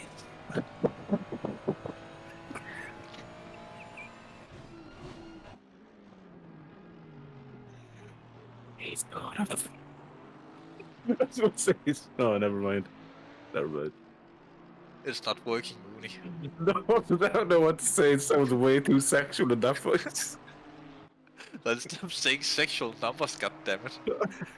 169. He's sensitive inside. Very nice. And we're looking back to 221. No, we're not. Batiste. Batiste. Oh, Batiste. Dominic. He's there. Bentley. What? You're one from that TikTok thing. Bentley. Porsche. I feel like we're doing ASMR for people here, and we're probably putting them to sleep. I reckon that's why we have so many viewers at this point. Oh, we're down to 15.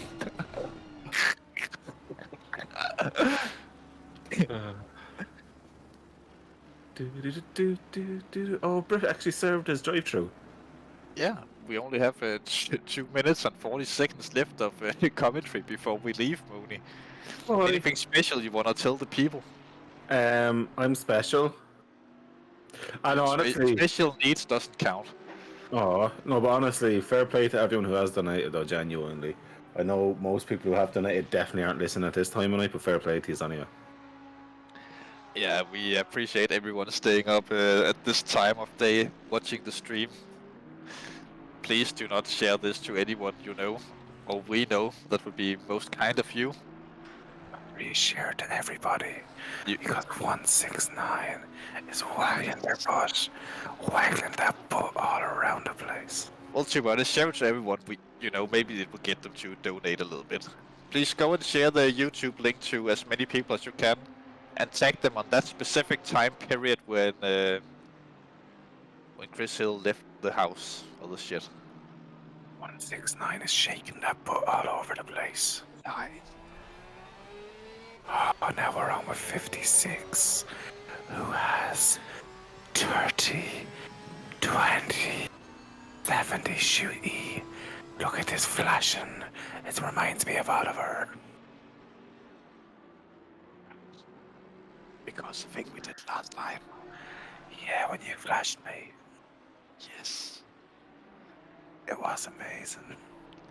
It was the best time of my life. I was just about to say something we shouldn't have. Oh, damn it. Anytime I'm in a combo with you, I want to go way too far, and then I have to remember where I am. Yeah.